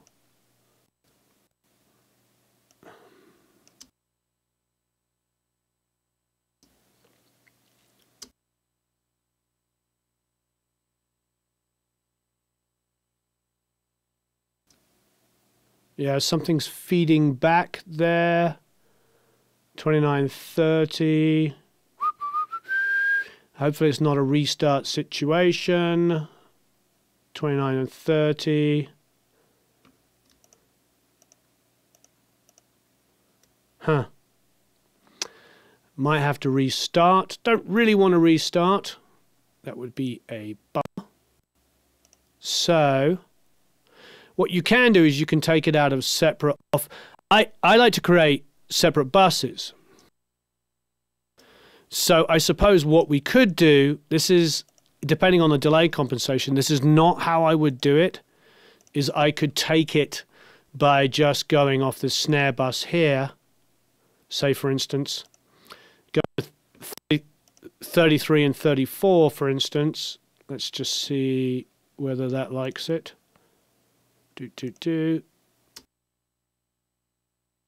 Okay, this is not ideal. This is not how I do it. But yeah, I don't know why it's feeding back on itself here. It should not be. We must have some kind of error somewhere. This would normally be a restart situation, unfortunately. This is why I won't do live engineering. Well, I think if you were doing it on Gautier, if you were doing live engineering, yeah, the input is 31.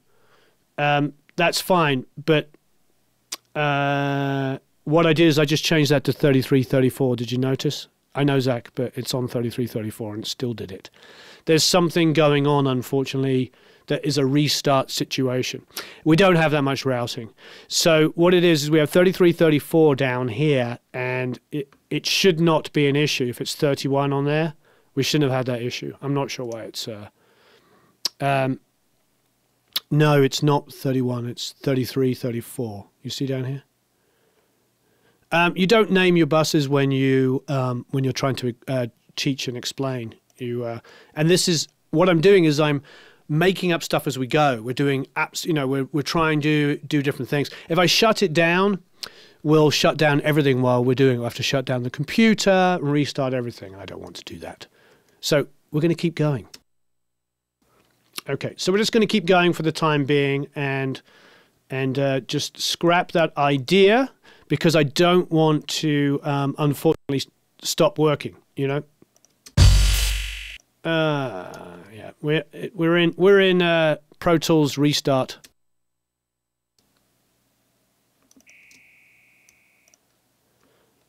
Yeah, let's get out of this.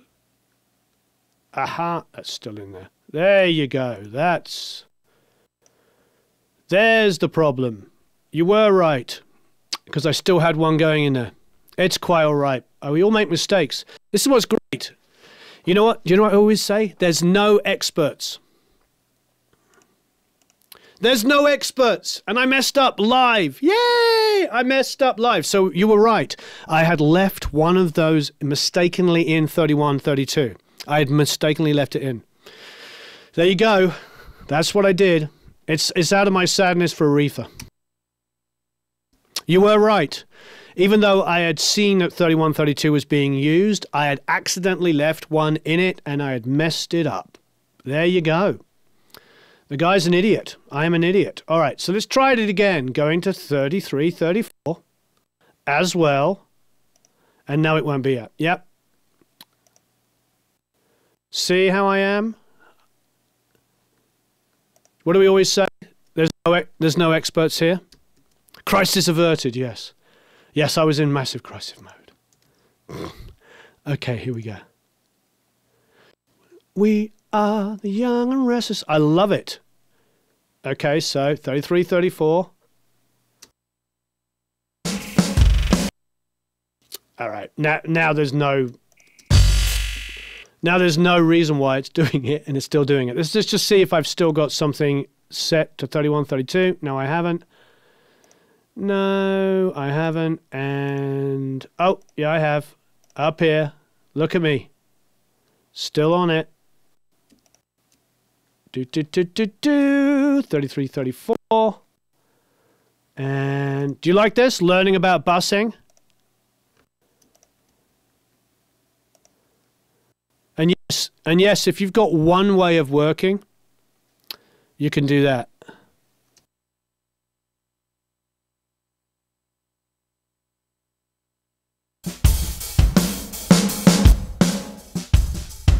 Hey, I'm only human. Yay. No, but there's lots of experts here. Okay. All right. So, yeah. So what had happened is, yes, I'd seen that 3132 was being double used. And then I changed everything except for one. Yeah, bussing is very important. Now, I don't want to restart my Pro Tools when they're here. So, yeah, bussing can be a mess. Look, and if you have one way of working and you want to tie yourself into it and have a template, do it. I think it's really fantastic. However, in this situation, we're sort of learning as we go here. We're showing different things off. So now I've got a bus just of the live kick and the live snare and the sample kick and the sample snare going. So now we can have some fun.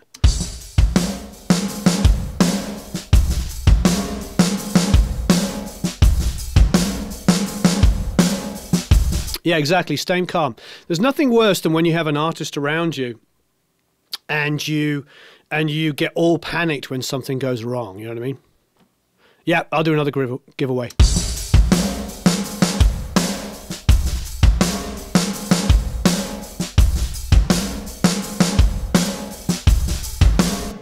Now, one of the things that Reed Shippen was talking about was when parallel bussing is not to get carried away with different sets of EQs. So if you EQ one way and you want a parallel bus, keep it the same way.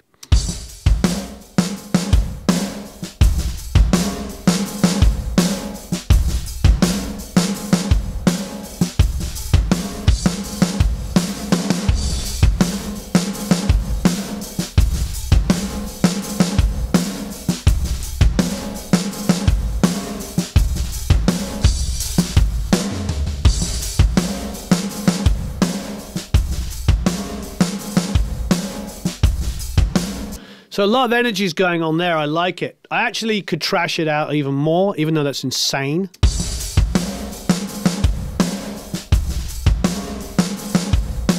I'm going to turn it down completely and then blend it in. And let's see what we like about it. So here's it completely down.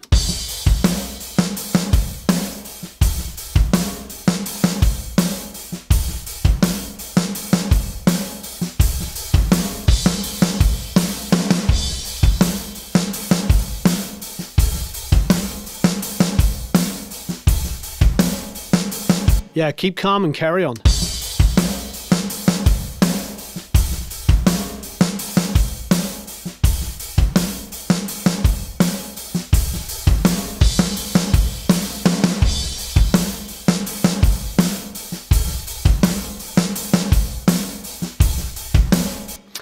Yeah, somebody's suggesting decapitate there. I'm down to try it. I'm down to trash that out going in. Now, let's have a quick look at our harmonic choices. There's a real tape satire, rectify, sub-harmonic. We don't need that. We have enough low end going on. We just want to trash that a little bit. We don't have decapitator loaded in, believe it or not. I see we have a lot of really, really good things in there. I'm just going to use SansAmp.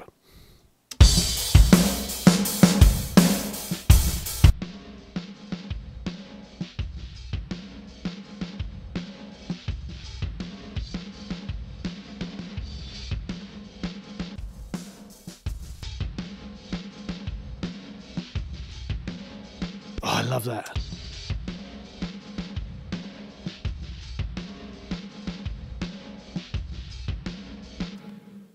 Yeah, this is exactly like the console.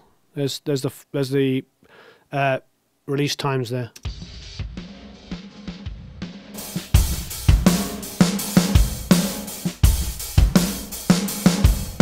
Love it. So a bit of saturation, bit of everything.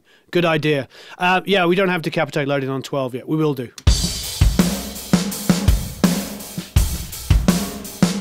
I used exactly the same EQ points as I did on the other one. I'm not a big fan of like EQing and the parallel completely differently. All the guys that criticize say that phase issues are interesting, that they EQ their parallel basses differently, you know.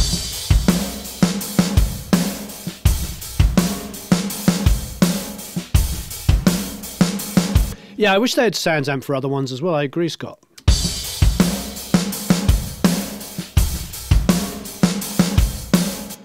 Are you in Brighton, John?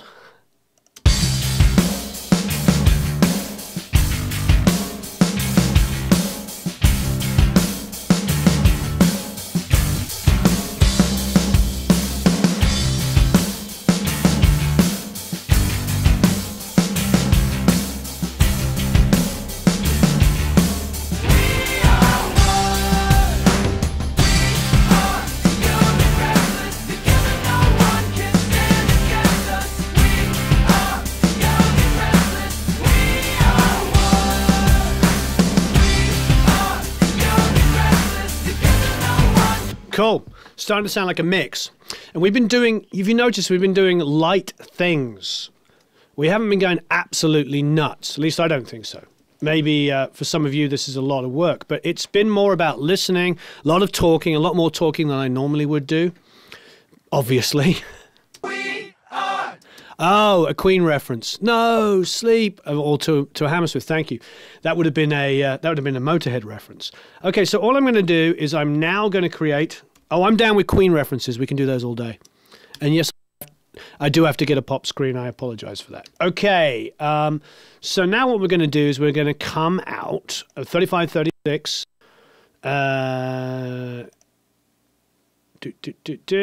And come in here. And we're going to call this BV verb. Actually, what I might do, I could probably, you know, let's have a quick... Okay, let's choose. I'm going to do a couple of things. First of all, I'm going to put some verb on it. Actually, twice. You're like, what? Okay, I'm going to do some verb going in. I'm just going to pick something that we love. And yes, you guessed it, Mac DSP. We are. Okay, but I need to hear it going into the reverb. Okay, so we'll pick, where's our friend's Mac DSP? The Revolver. This is a really nice reverb for those people that don't know it. As you can tell, we just use whatever. The SSL, when the SSL came out, it was one of the fastest attack compressors. Yes, Wilma, to all of those questions. But I didn't use the Brian May on this, no. Okay, so we're going to go for a plate. And I'm going to go for a 1 second 140. We are the young and restless. Together no one can stand against us. We are the young and restless. We are one. We. Okay, so there's a plate. Super loud. Not going to use it that loud. Don't worry. Okay, now I'm going to put, yes, you guessed it, another compressor afterwards. And you're like, what? And weirdly enough, I'm going to sidechain it through the same send. And again, you're like, why? Because I don't need to set up a second send for this. We are the young and restless. Together no one can stand against us. We are the young and restless. We are one. We are the young and restless. Together no one can stand against us. We are the young and restless. We are one. Now, somebody said it didn't sound as wide as they expected. Well, I went full left, full right, and down the middle because this is a gang vocal. It's not supposed to be around the lead vocal. It is the vocal. We are the young and restless. Together no one can stand against us. We are the young and restless. We are one. There's a little bit of an imbalance going on here. It's too right heavy. You hearing that? We are the young and restless. Together no one can stand against us. We are the young and restless. We. Oh, Mario, we did the vocals a little earlier, so please go back and check it out. But yeah, we did the vocals a little bit earlier. But essentially, there's some gang vocals, there's roots, there's third. We actually talked about how the harmony was built earlier. We are the young and restless. Together no one can stand against us. We. I'm actually going to put a trim on this. Simple as that. I am going to go before the compressor even, and I'm going to go... I'm going to go and go to other. Where do they put trim these days? Where did they put trim? Probably under multi-mono. There it is. Okay. Undo it. Take the right. We are the young and restless. Together no one can stand against us. We are the young and restless. We are one. We are the young and restless. Together no one can stand against us. We are the young and restless. We are one. We are the young and restless. Together no one can stand against us. We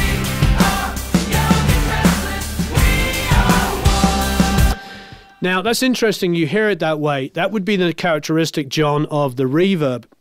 Because remember, this is coming off of the group. So however the group is mixed is how you hear it. The low vocal, yes, could maybe be tucked down a little bit, but this is how the group is going to the reverb.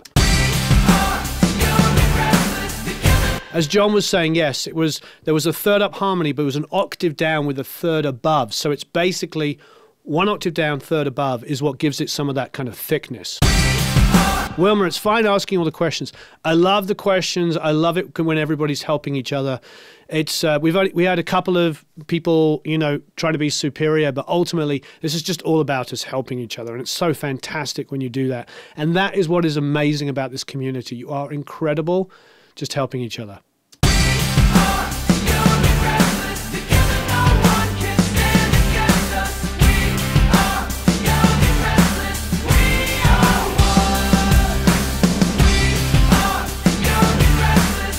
That's okay, Mario. You can go back and rewatch. And please, everybody, you know, when this posts, leave more questions.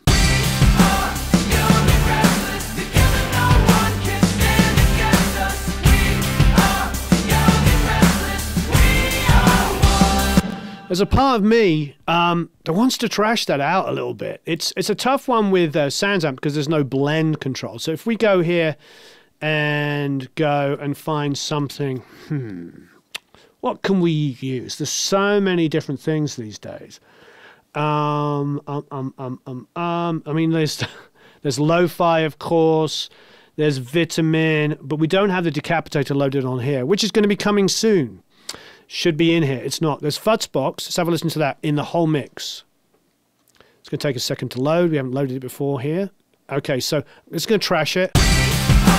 Young and restless, together no one can stand against us. We are the young and restless. We are one. We are the young and restless. Together no one can stand against us. I like that. That's pretty awful and great all at the same time. We are the young and restless. Together no. Exactly. As Sergeant Schultz says, I know nothing and can do nothing but learn from everyone. Exactly. We are the young and restless. Together no one can stand. You see what this is? See all these different speakers here? What I love about this is, you know, the famous DC amp, which was the amp that John Deacon built for Brian May? We are the young and restless. Together no one can stand against. So it was using a hi-fi speaker. Here we see, look at all the different speaker emulations. See if you can watch me change them. Oh, look at that vintage speaker box. Now that I've found how to do this. We are the young and restless. Together no one can stand against us. We are the young and restless. We are one. We are the young and restless. Together no one can stand against us. We are the young and restless. We are one. We are the young and restless. Together no one can stand against us. We How awesome is that? are the young and restless. Together no one can stand against us. We are the young and restless. So what I'm going to do now is, now we've trashed it out and made it crazy, I'm going to blend it back in with the wet and dry over here. See here? We are the young and restless. Together no one can stand against us. We are the I did build my first guitar with my dad. We are the young and restless. Together no one can. It's on the desktop only because so I can sit up and do all this stuff, but I could be on a laptop. This is totally in the box. We are the young and restless. Together no one can stand against us. We are the young and restless. We are one. We are the young and restless. Together no one can stand against us. We are the young and restless. We are one. We are the young and restless. Together no one can stand against us. We are the young and restless. We are one.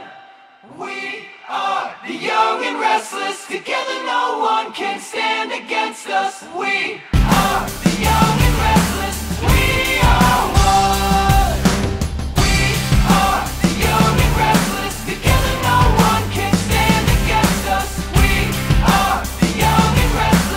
sounds like a record now.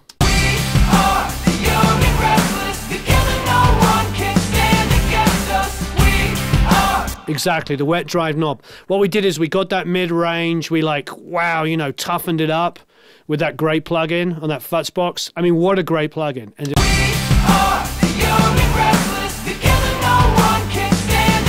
that guitar was stolen. That's a whole big discussion. The Futz box is Mac DSP. Pretty fantastic, isn't it?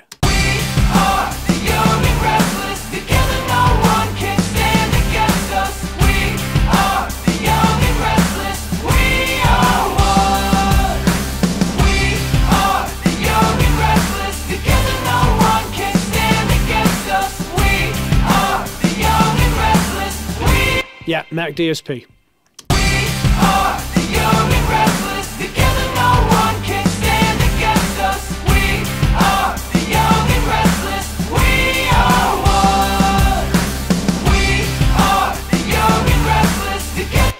Bye, Emilio. Thank you for all your positiveness. It's great. Hey, isn't that amazing? That Futz box is incredible.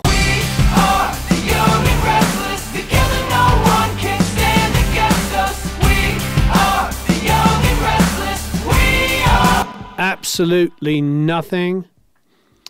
You feel sorry for me, Wilma? Nothing on the mix bus.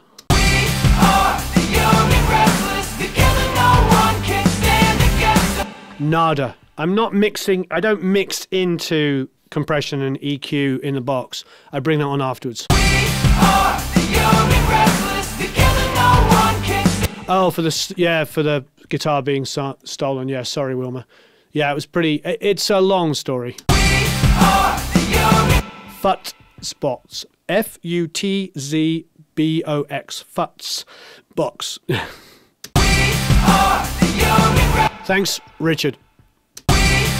Yeah, I'm just getting stuck into the stream here. It's just a lot of fun.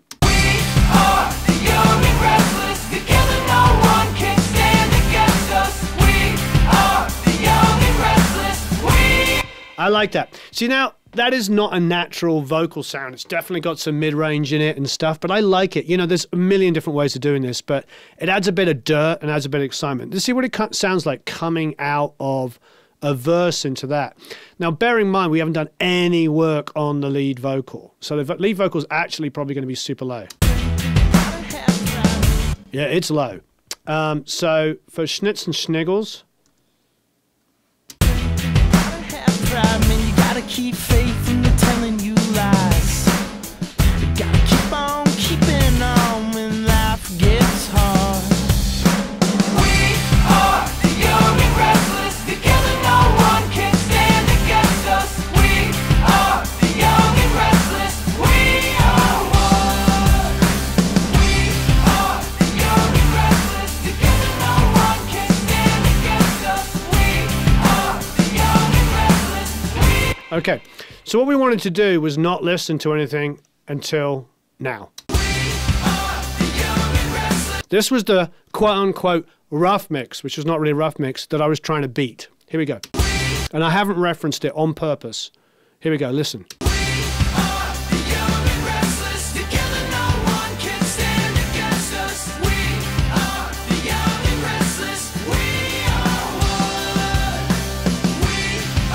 Now let's listen to our new one.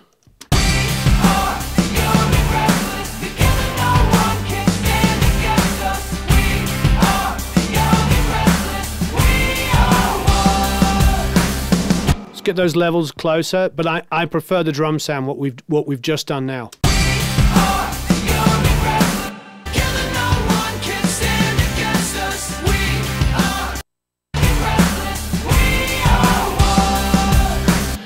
I think we're in a much better place now. The drums sound bigger, they sound fatter. And what's interesting is those drums sounded bigger than fatter than the previous mix. So even without referencing, everything's getting better. What do I prefer about the rough? Well, all the extra guitar stuff. And yes, there's more energy in what we've done.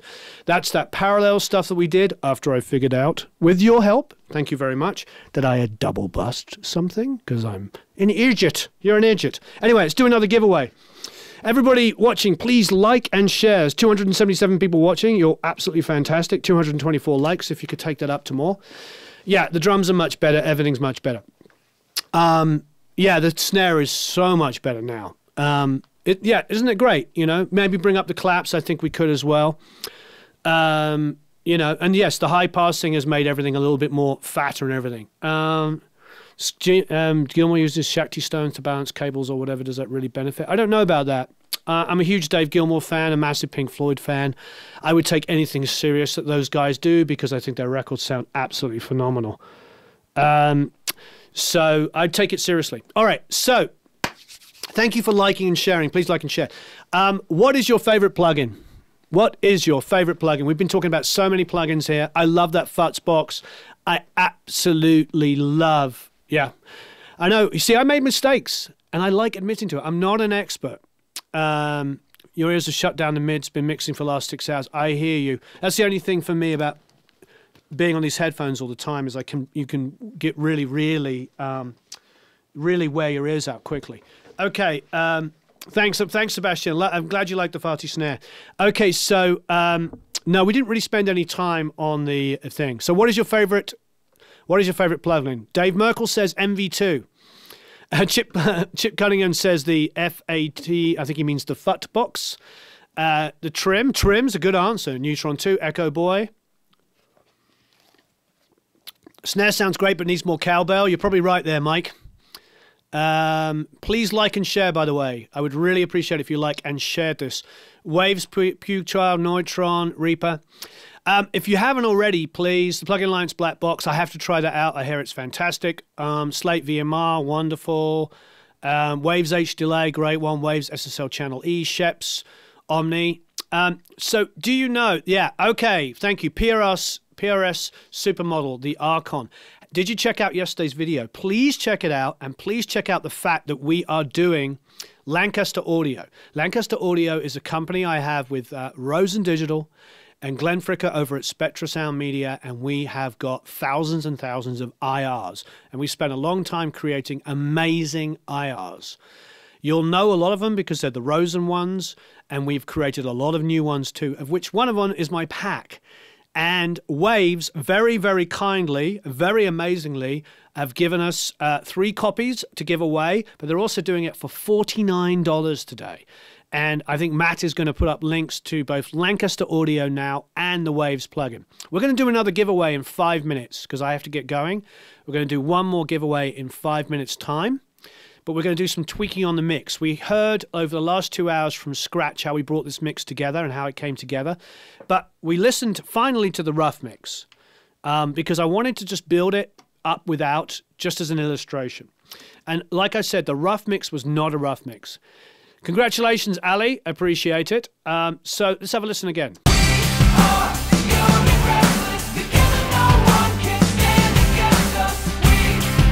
Sean said he did a shootout with the PRS, the guitar rig and amplitude, and was surprised how well the PRS did. I'm a big fan. So here's Lancaster Audio. Go check it out for IRs. You've got all of my amps. I heard through the grapevine that my 160V is the best sounding 160V IR.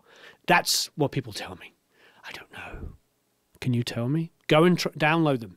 Go and download the in-post responses. Go and check them out. But also there's a link to Waves for the $49. He's going to do that. $49 to get that PRS with 3 different amps. 49 bucks. All right, we've done favorite plugin. Let's have a quick listen. I'm going to bring up some other stuff.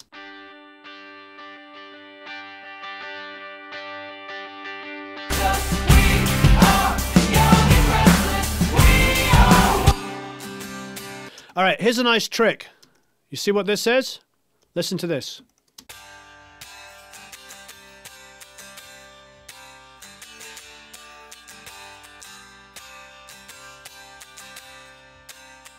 That is the thin line Telecaster mic'd with a 57. Thin line Telecaster mic'd with a 57. Listen to it.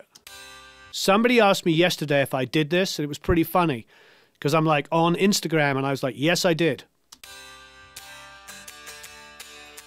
So an IR fillet, basically what you do is you can get the Waves PRS. It's $50, $49, gives you 3 amps, and then you can load in different impulse responses. What this is this is extremely well modeled cabs. I have my Tone Tubby cab modeled. I have my Marshall modeled. I have a Vox AC30 and an AC15 modeled. I have all these different cabs modeled. So this is a mic'd thin line telly. In stereo. It's doubled. It's not an amp, that's a mic on the guitar.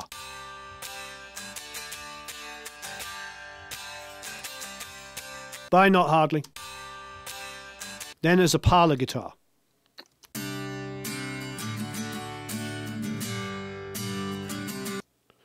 Throw that together with the Telecaster mic'd.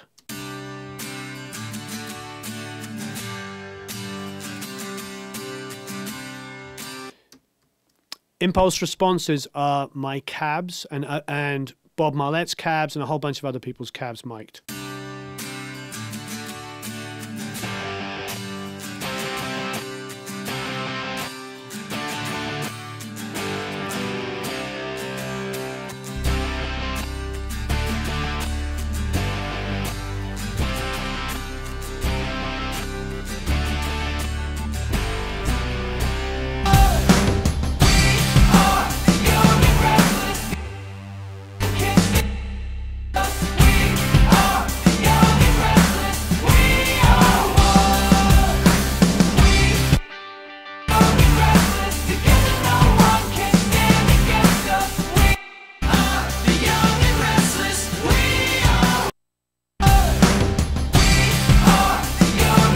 Okay, so the only thing that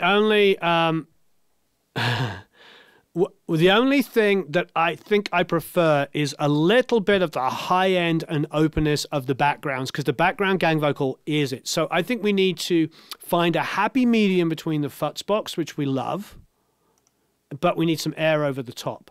So I might actually bring the L2 over here, keep the futz box the way it is, maybe make it a little drier. We are the young and restless, together no one can stand against us. And then a mando, yeah, I think at the time I didn't have a mandolin, or I didn't have one handy. That's why I went for the thin line. And now I'm just going to go, what about our Marg? What about the amazing Marg EQ? What about going there and going to like 10K and just... We are the young and restless, together no one can stand against us. We are the young and restless, we are one. We are the young and restless, together no one can stand against us. We are the young and restless, we are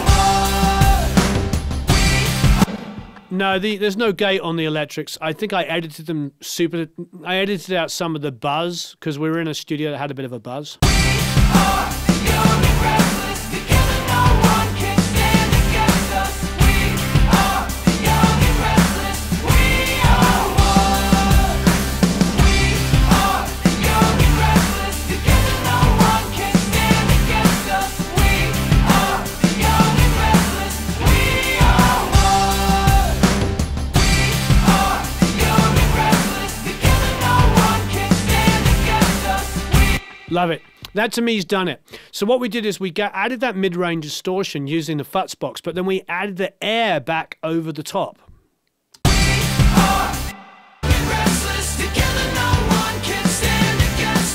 To me, it's too much on the other mix.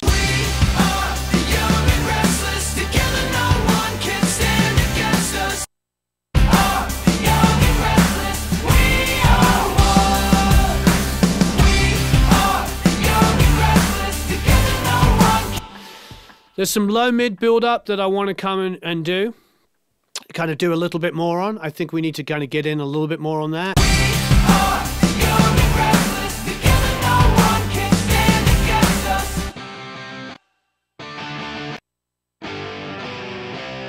So I think what we can do here is we can take these electrics, we can bust them together.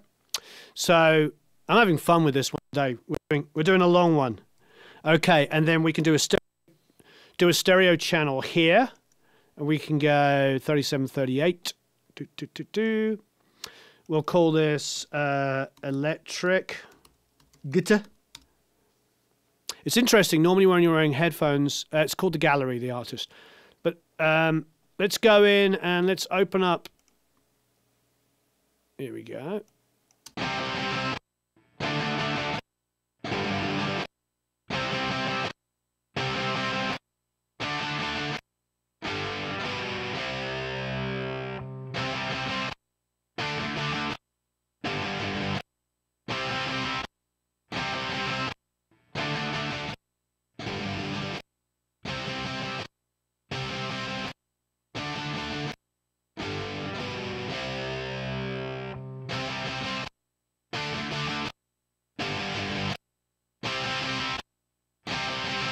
So what did I do really quickly?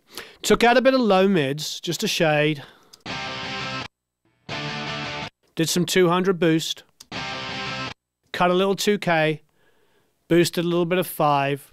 High passed at about 80.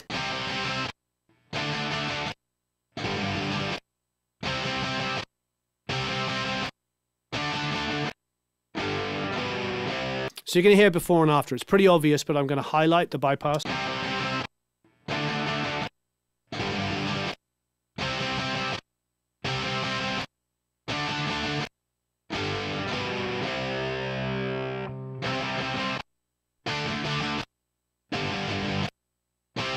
Careful with the bussing. Yeah, exactly.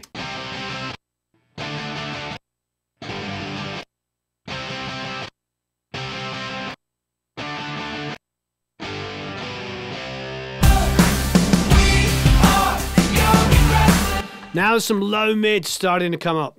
There's going to be a link to the Academy. Can you put the link to the Academy, please, young Matt? Thank you very much.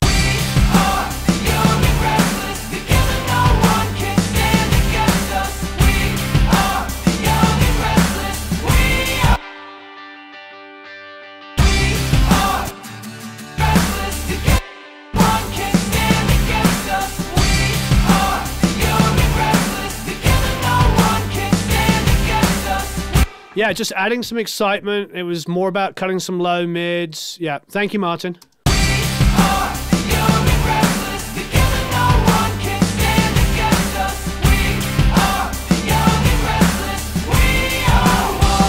Still a tough one with me on the vocals. I feel like it wants to be brighter, but I don't want to go too crazy. I'm going to come in here and...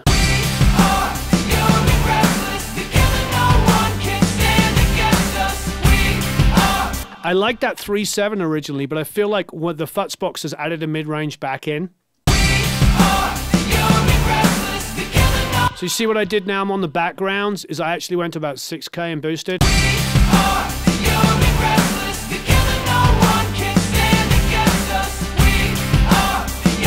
Thank you, Dave. You rock. I appreciate it because I know so many of you like Dave and actually do this for a living. You do this as well. And I learn from you and you learn from me. It's amazing.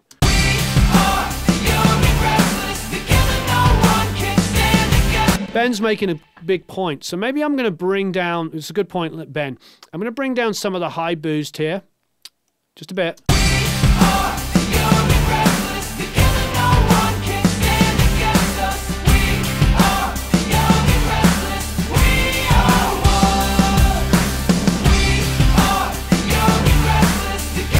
So what I'm going to do is I'm actually going to do what he's suggesting, because why the heck not? It's a good idea. And see, I know I have it somewhere. Maybe it's under, maybe it's under harmonic. Yeah, an aural exciter. Let's try it. It's a good idea.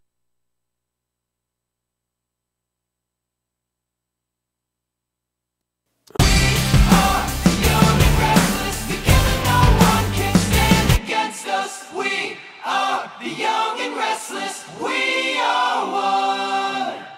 We are the young and restless. Together no one can stand against us. We are the young and restless. Together no one can stand against us. Oh yeah. We are the young and... This is one of those things you've got to be careful of though, because everything just sounds better, but then you have to back it off a bit. We are the young and restless. Together no one can... I mean, that sounds fantastic, but... We are the young and restless. Together no one can stand against us. We are the young and restless. We are one. See, now I'm going, oh, I need to de-ess it more. That's dangerous. We are the young and restless. Together no one can stand against us. So that means maybe I'm doing a little bit too much.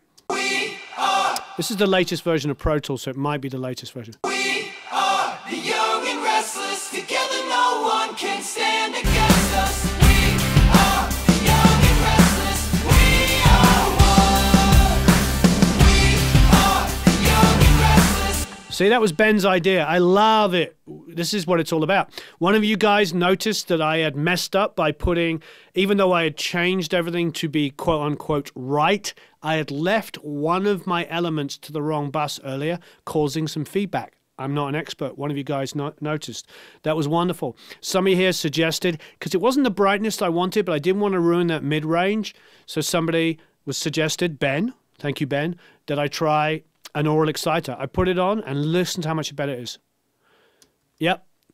Yes, exactly. And Scott's saying, I don't want too much because everything always sounds better, but I have to be careful. Old and useless. We're all getting older. It's okay. Yeah, Aphex.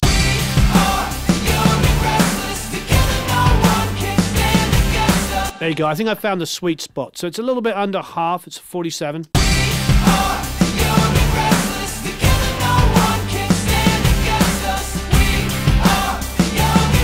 All right, so it's now compared to the mix that we liked before.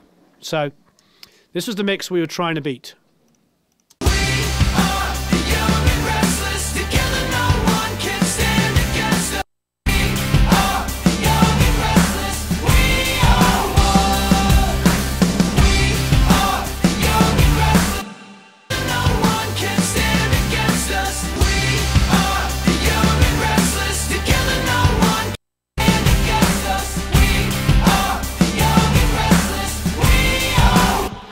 Definitely much fuller.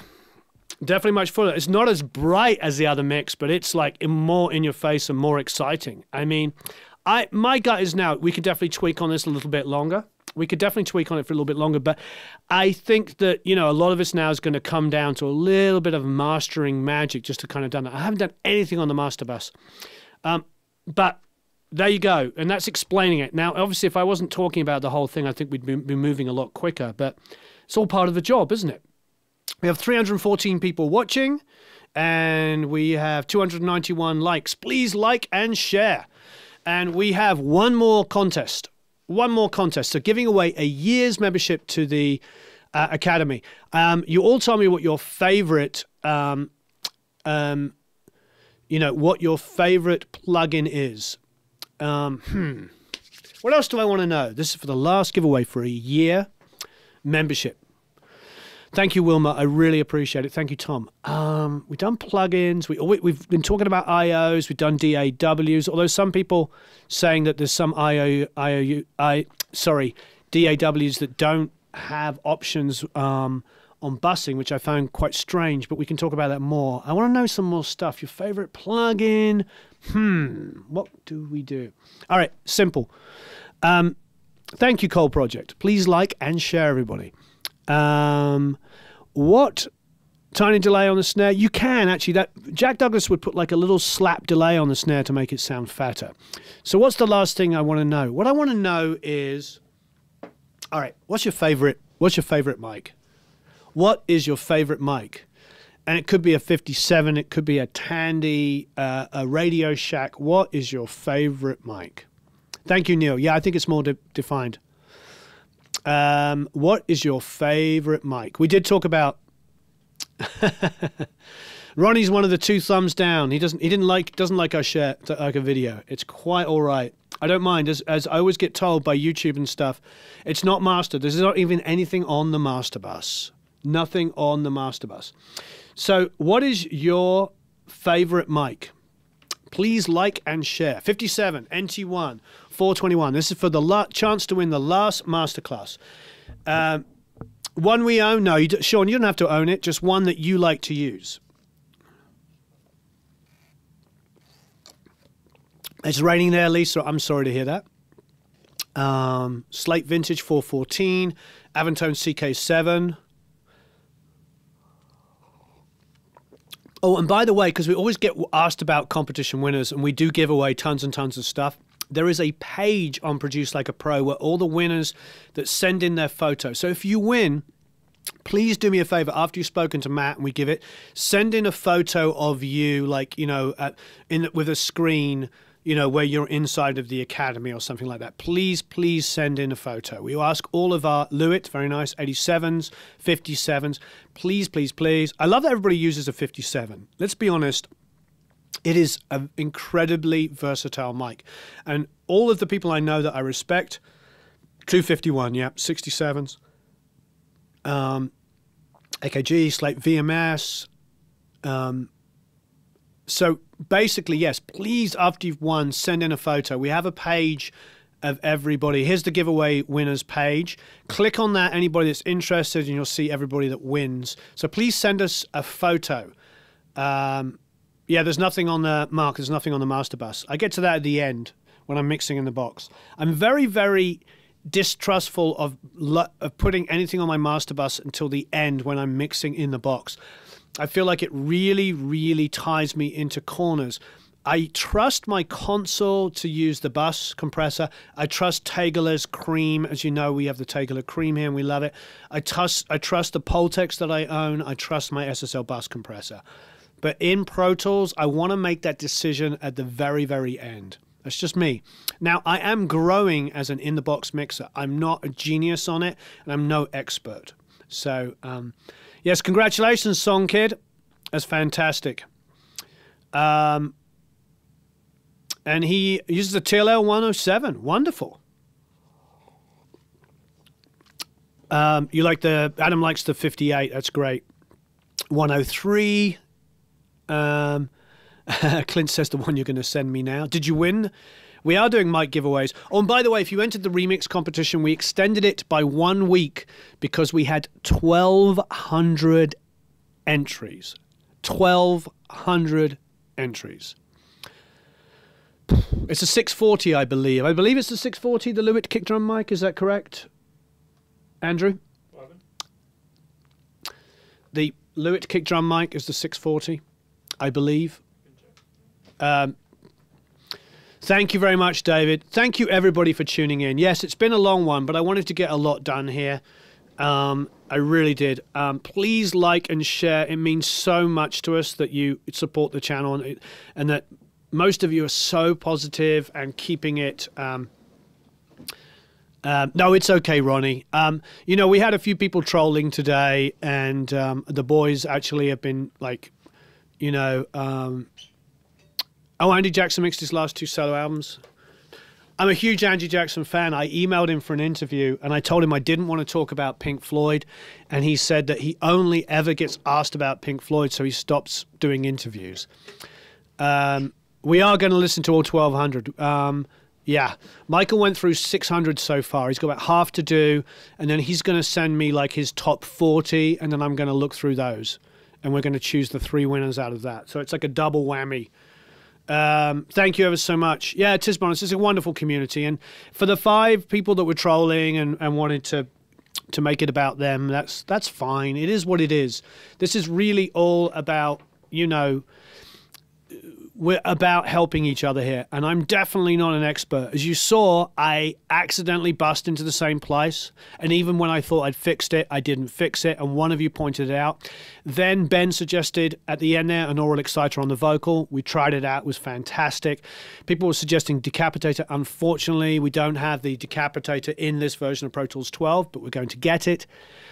Oh, no, I'm not letting them get me down, but I appreciate it, David. I think it's just that people ask about the dislikes, and I think that I wish I was still young and restless. Thanks, Ronnie.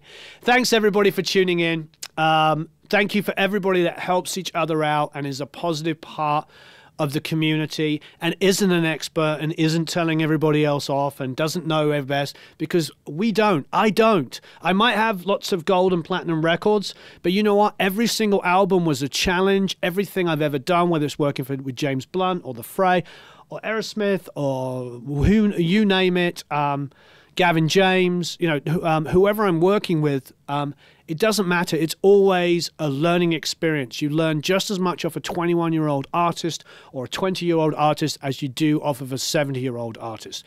You know, that's what you have to do, Elvis, 1-800-ELVIS, is just always be learning, not be that guy or girl that's telling everybody they're doing it wrong. Be positive, learn from every situation. Always be learning. Always be learning. When you're not learning and you're not enjoying the journey, you're not going to grow. Let's keep it really positive and help each other. Thank you ever so much. Excuse me. Please like and share. I really appreciate it. Yes, humility is tough. It's tough. I think that's, you know, and it's always the people go to that defense of just like, oh, you know, I just thought I was being funny. And it's not, you know, it's just being superior. Let's go. Let's help each other up. Let's help each other out. See, I'm not talking about anyone in particular, but it looks like somebody's taking it personally. I mean, that's the whole point. It's all about community. It's not about any one person's idea. It's about helping each other out. And I feel like that's the best thing. Let's keep it positive and help each other out and not make it about individual kind of ideas. Thank you ever so much for everybody in this community that's so supportive of each other. I really appreciate it. We're truly blessed. Have a marvelous time recording and mixing, and I'll see you all again very soon. We're about to film. We've got to film Fact Friday, and we've got to film the Feedback Friday for the Academy. So much stuff. All right, have a marvelous time recording and mixing. See you all again very soon. Mixing with Shelley. Oh, yeah, that's a good one. That'll be coming up soon.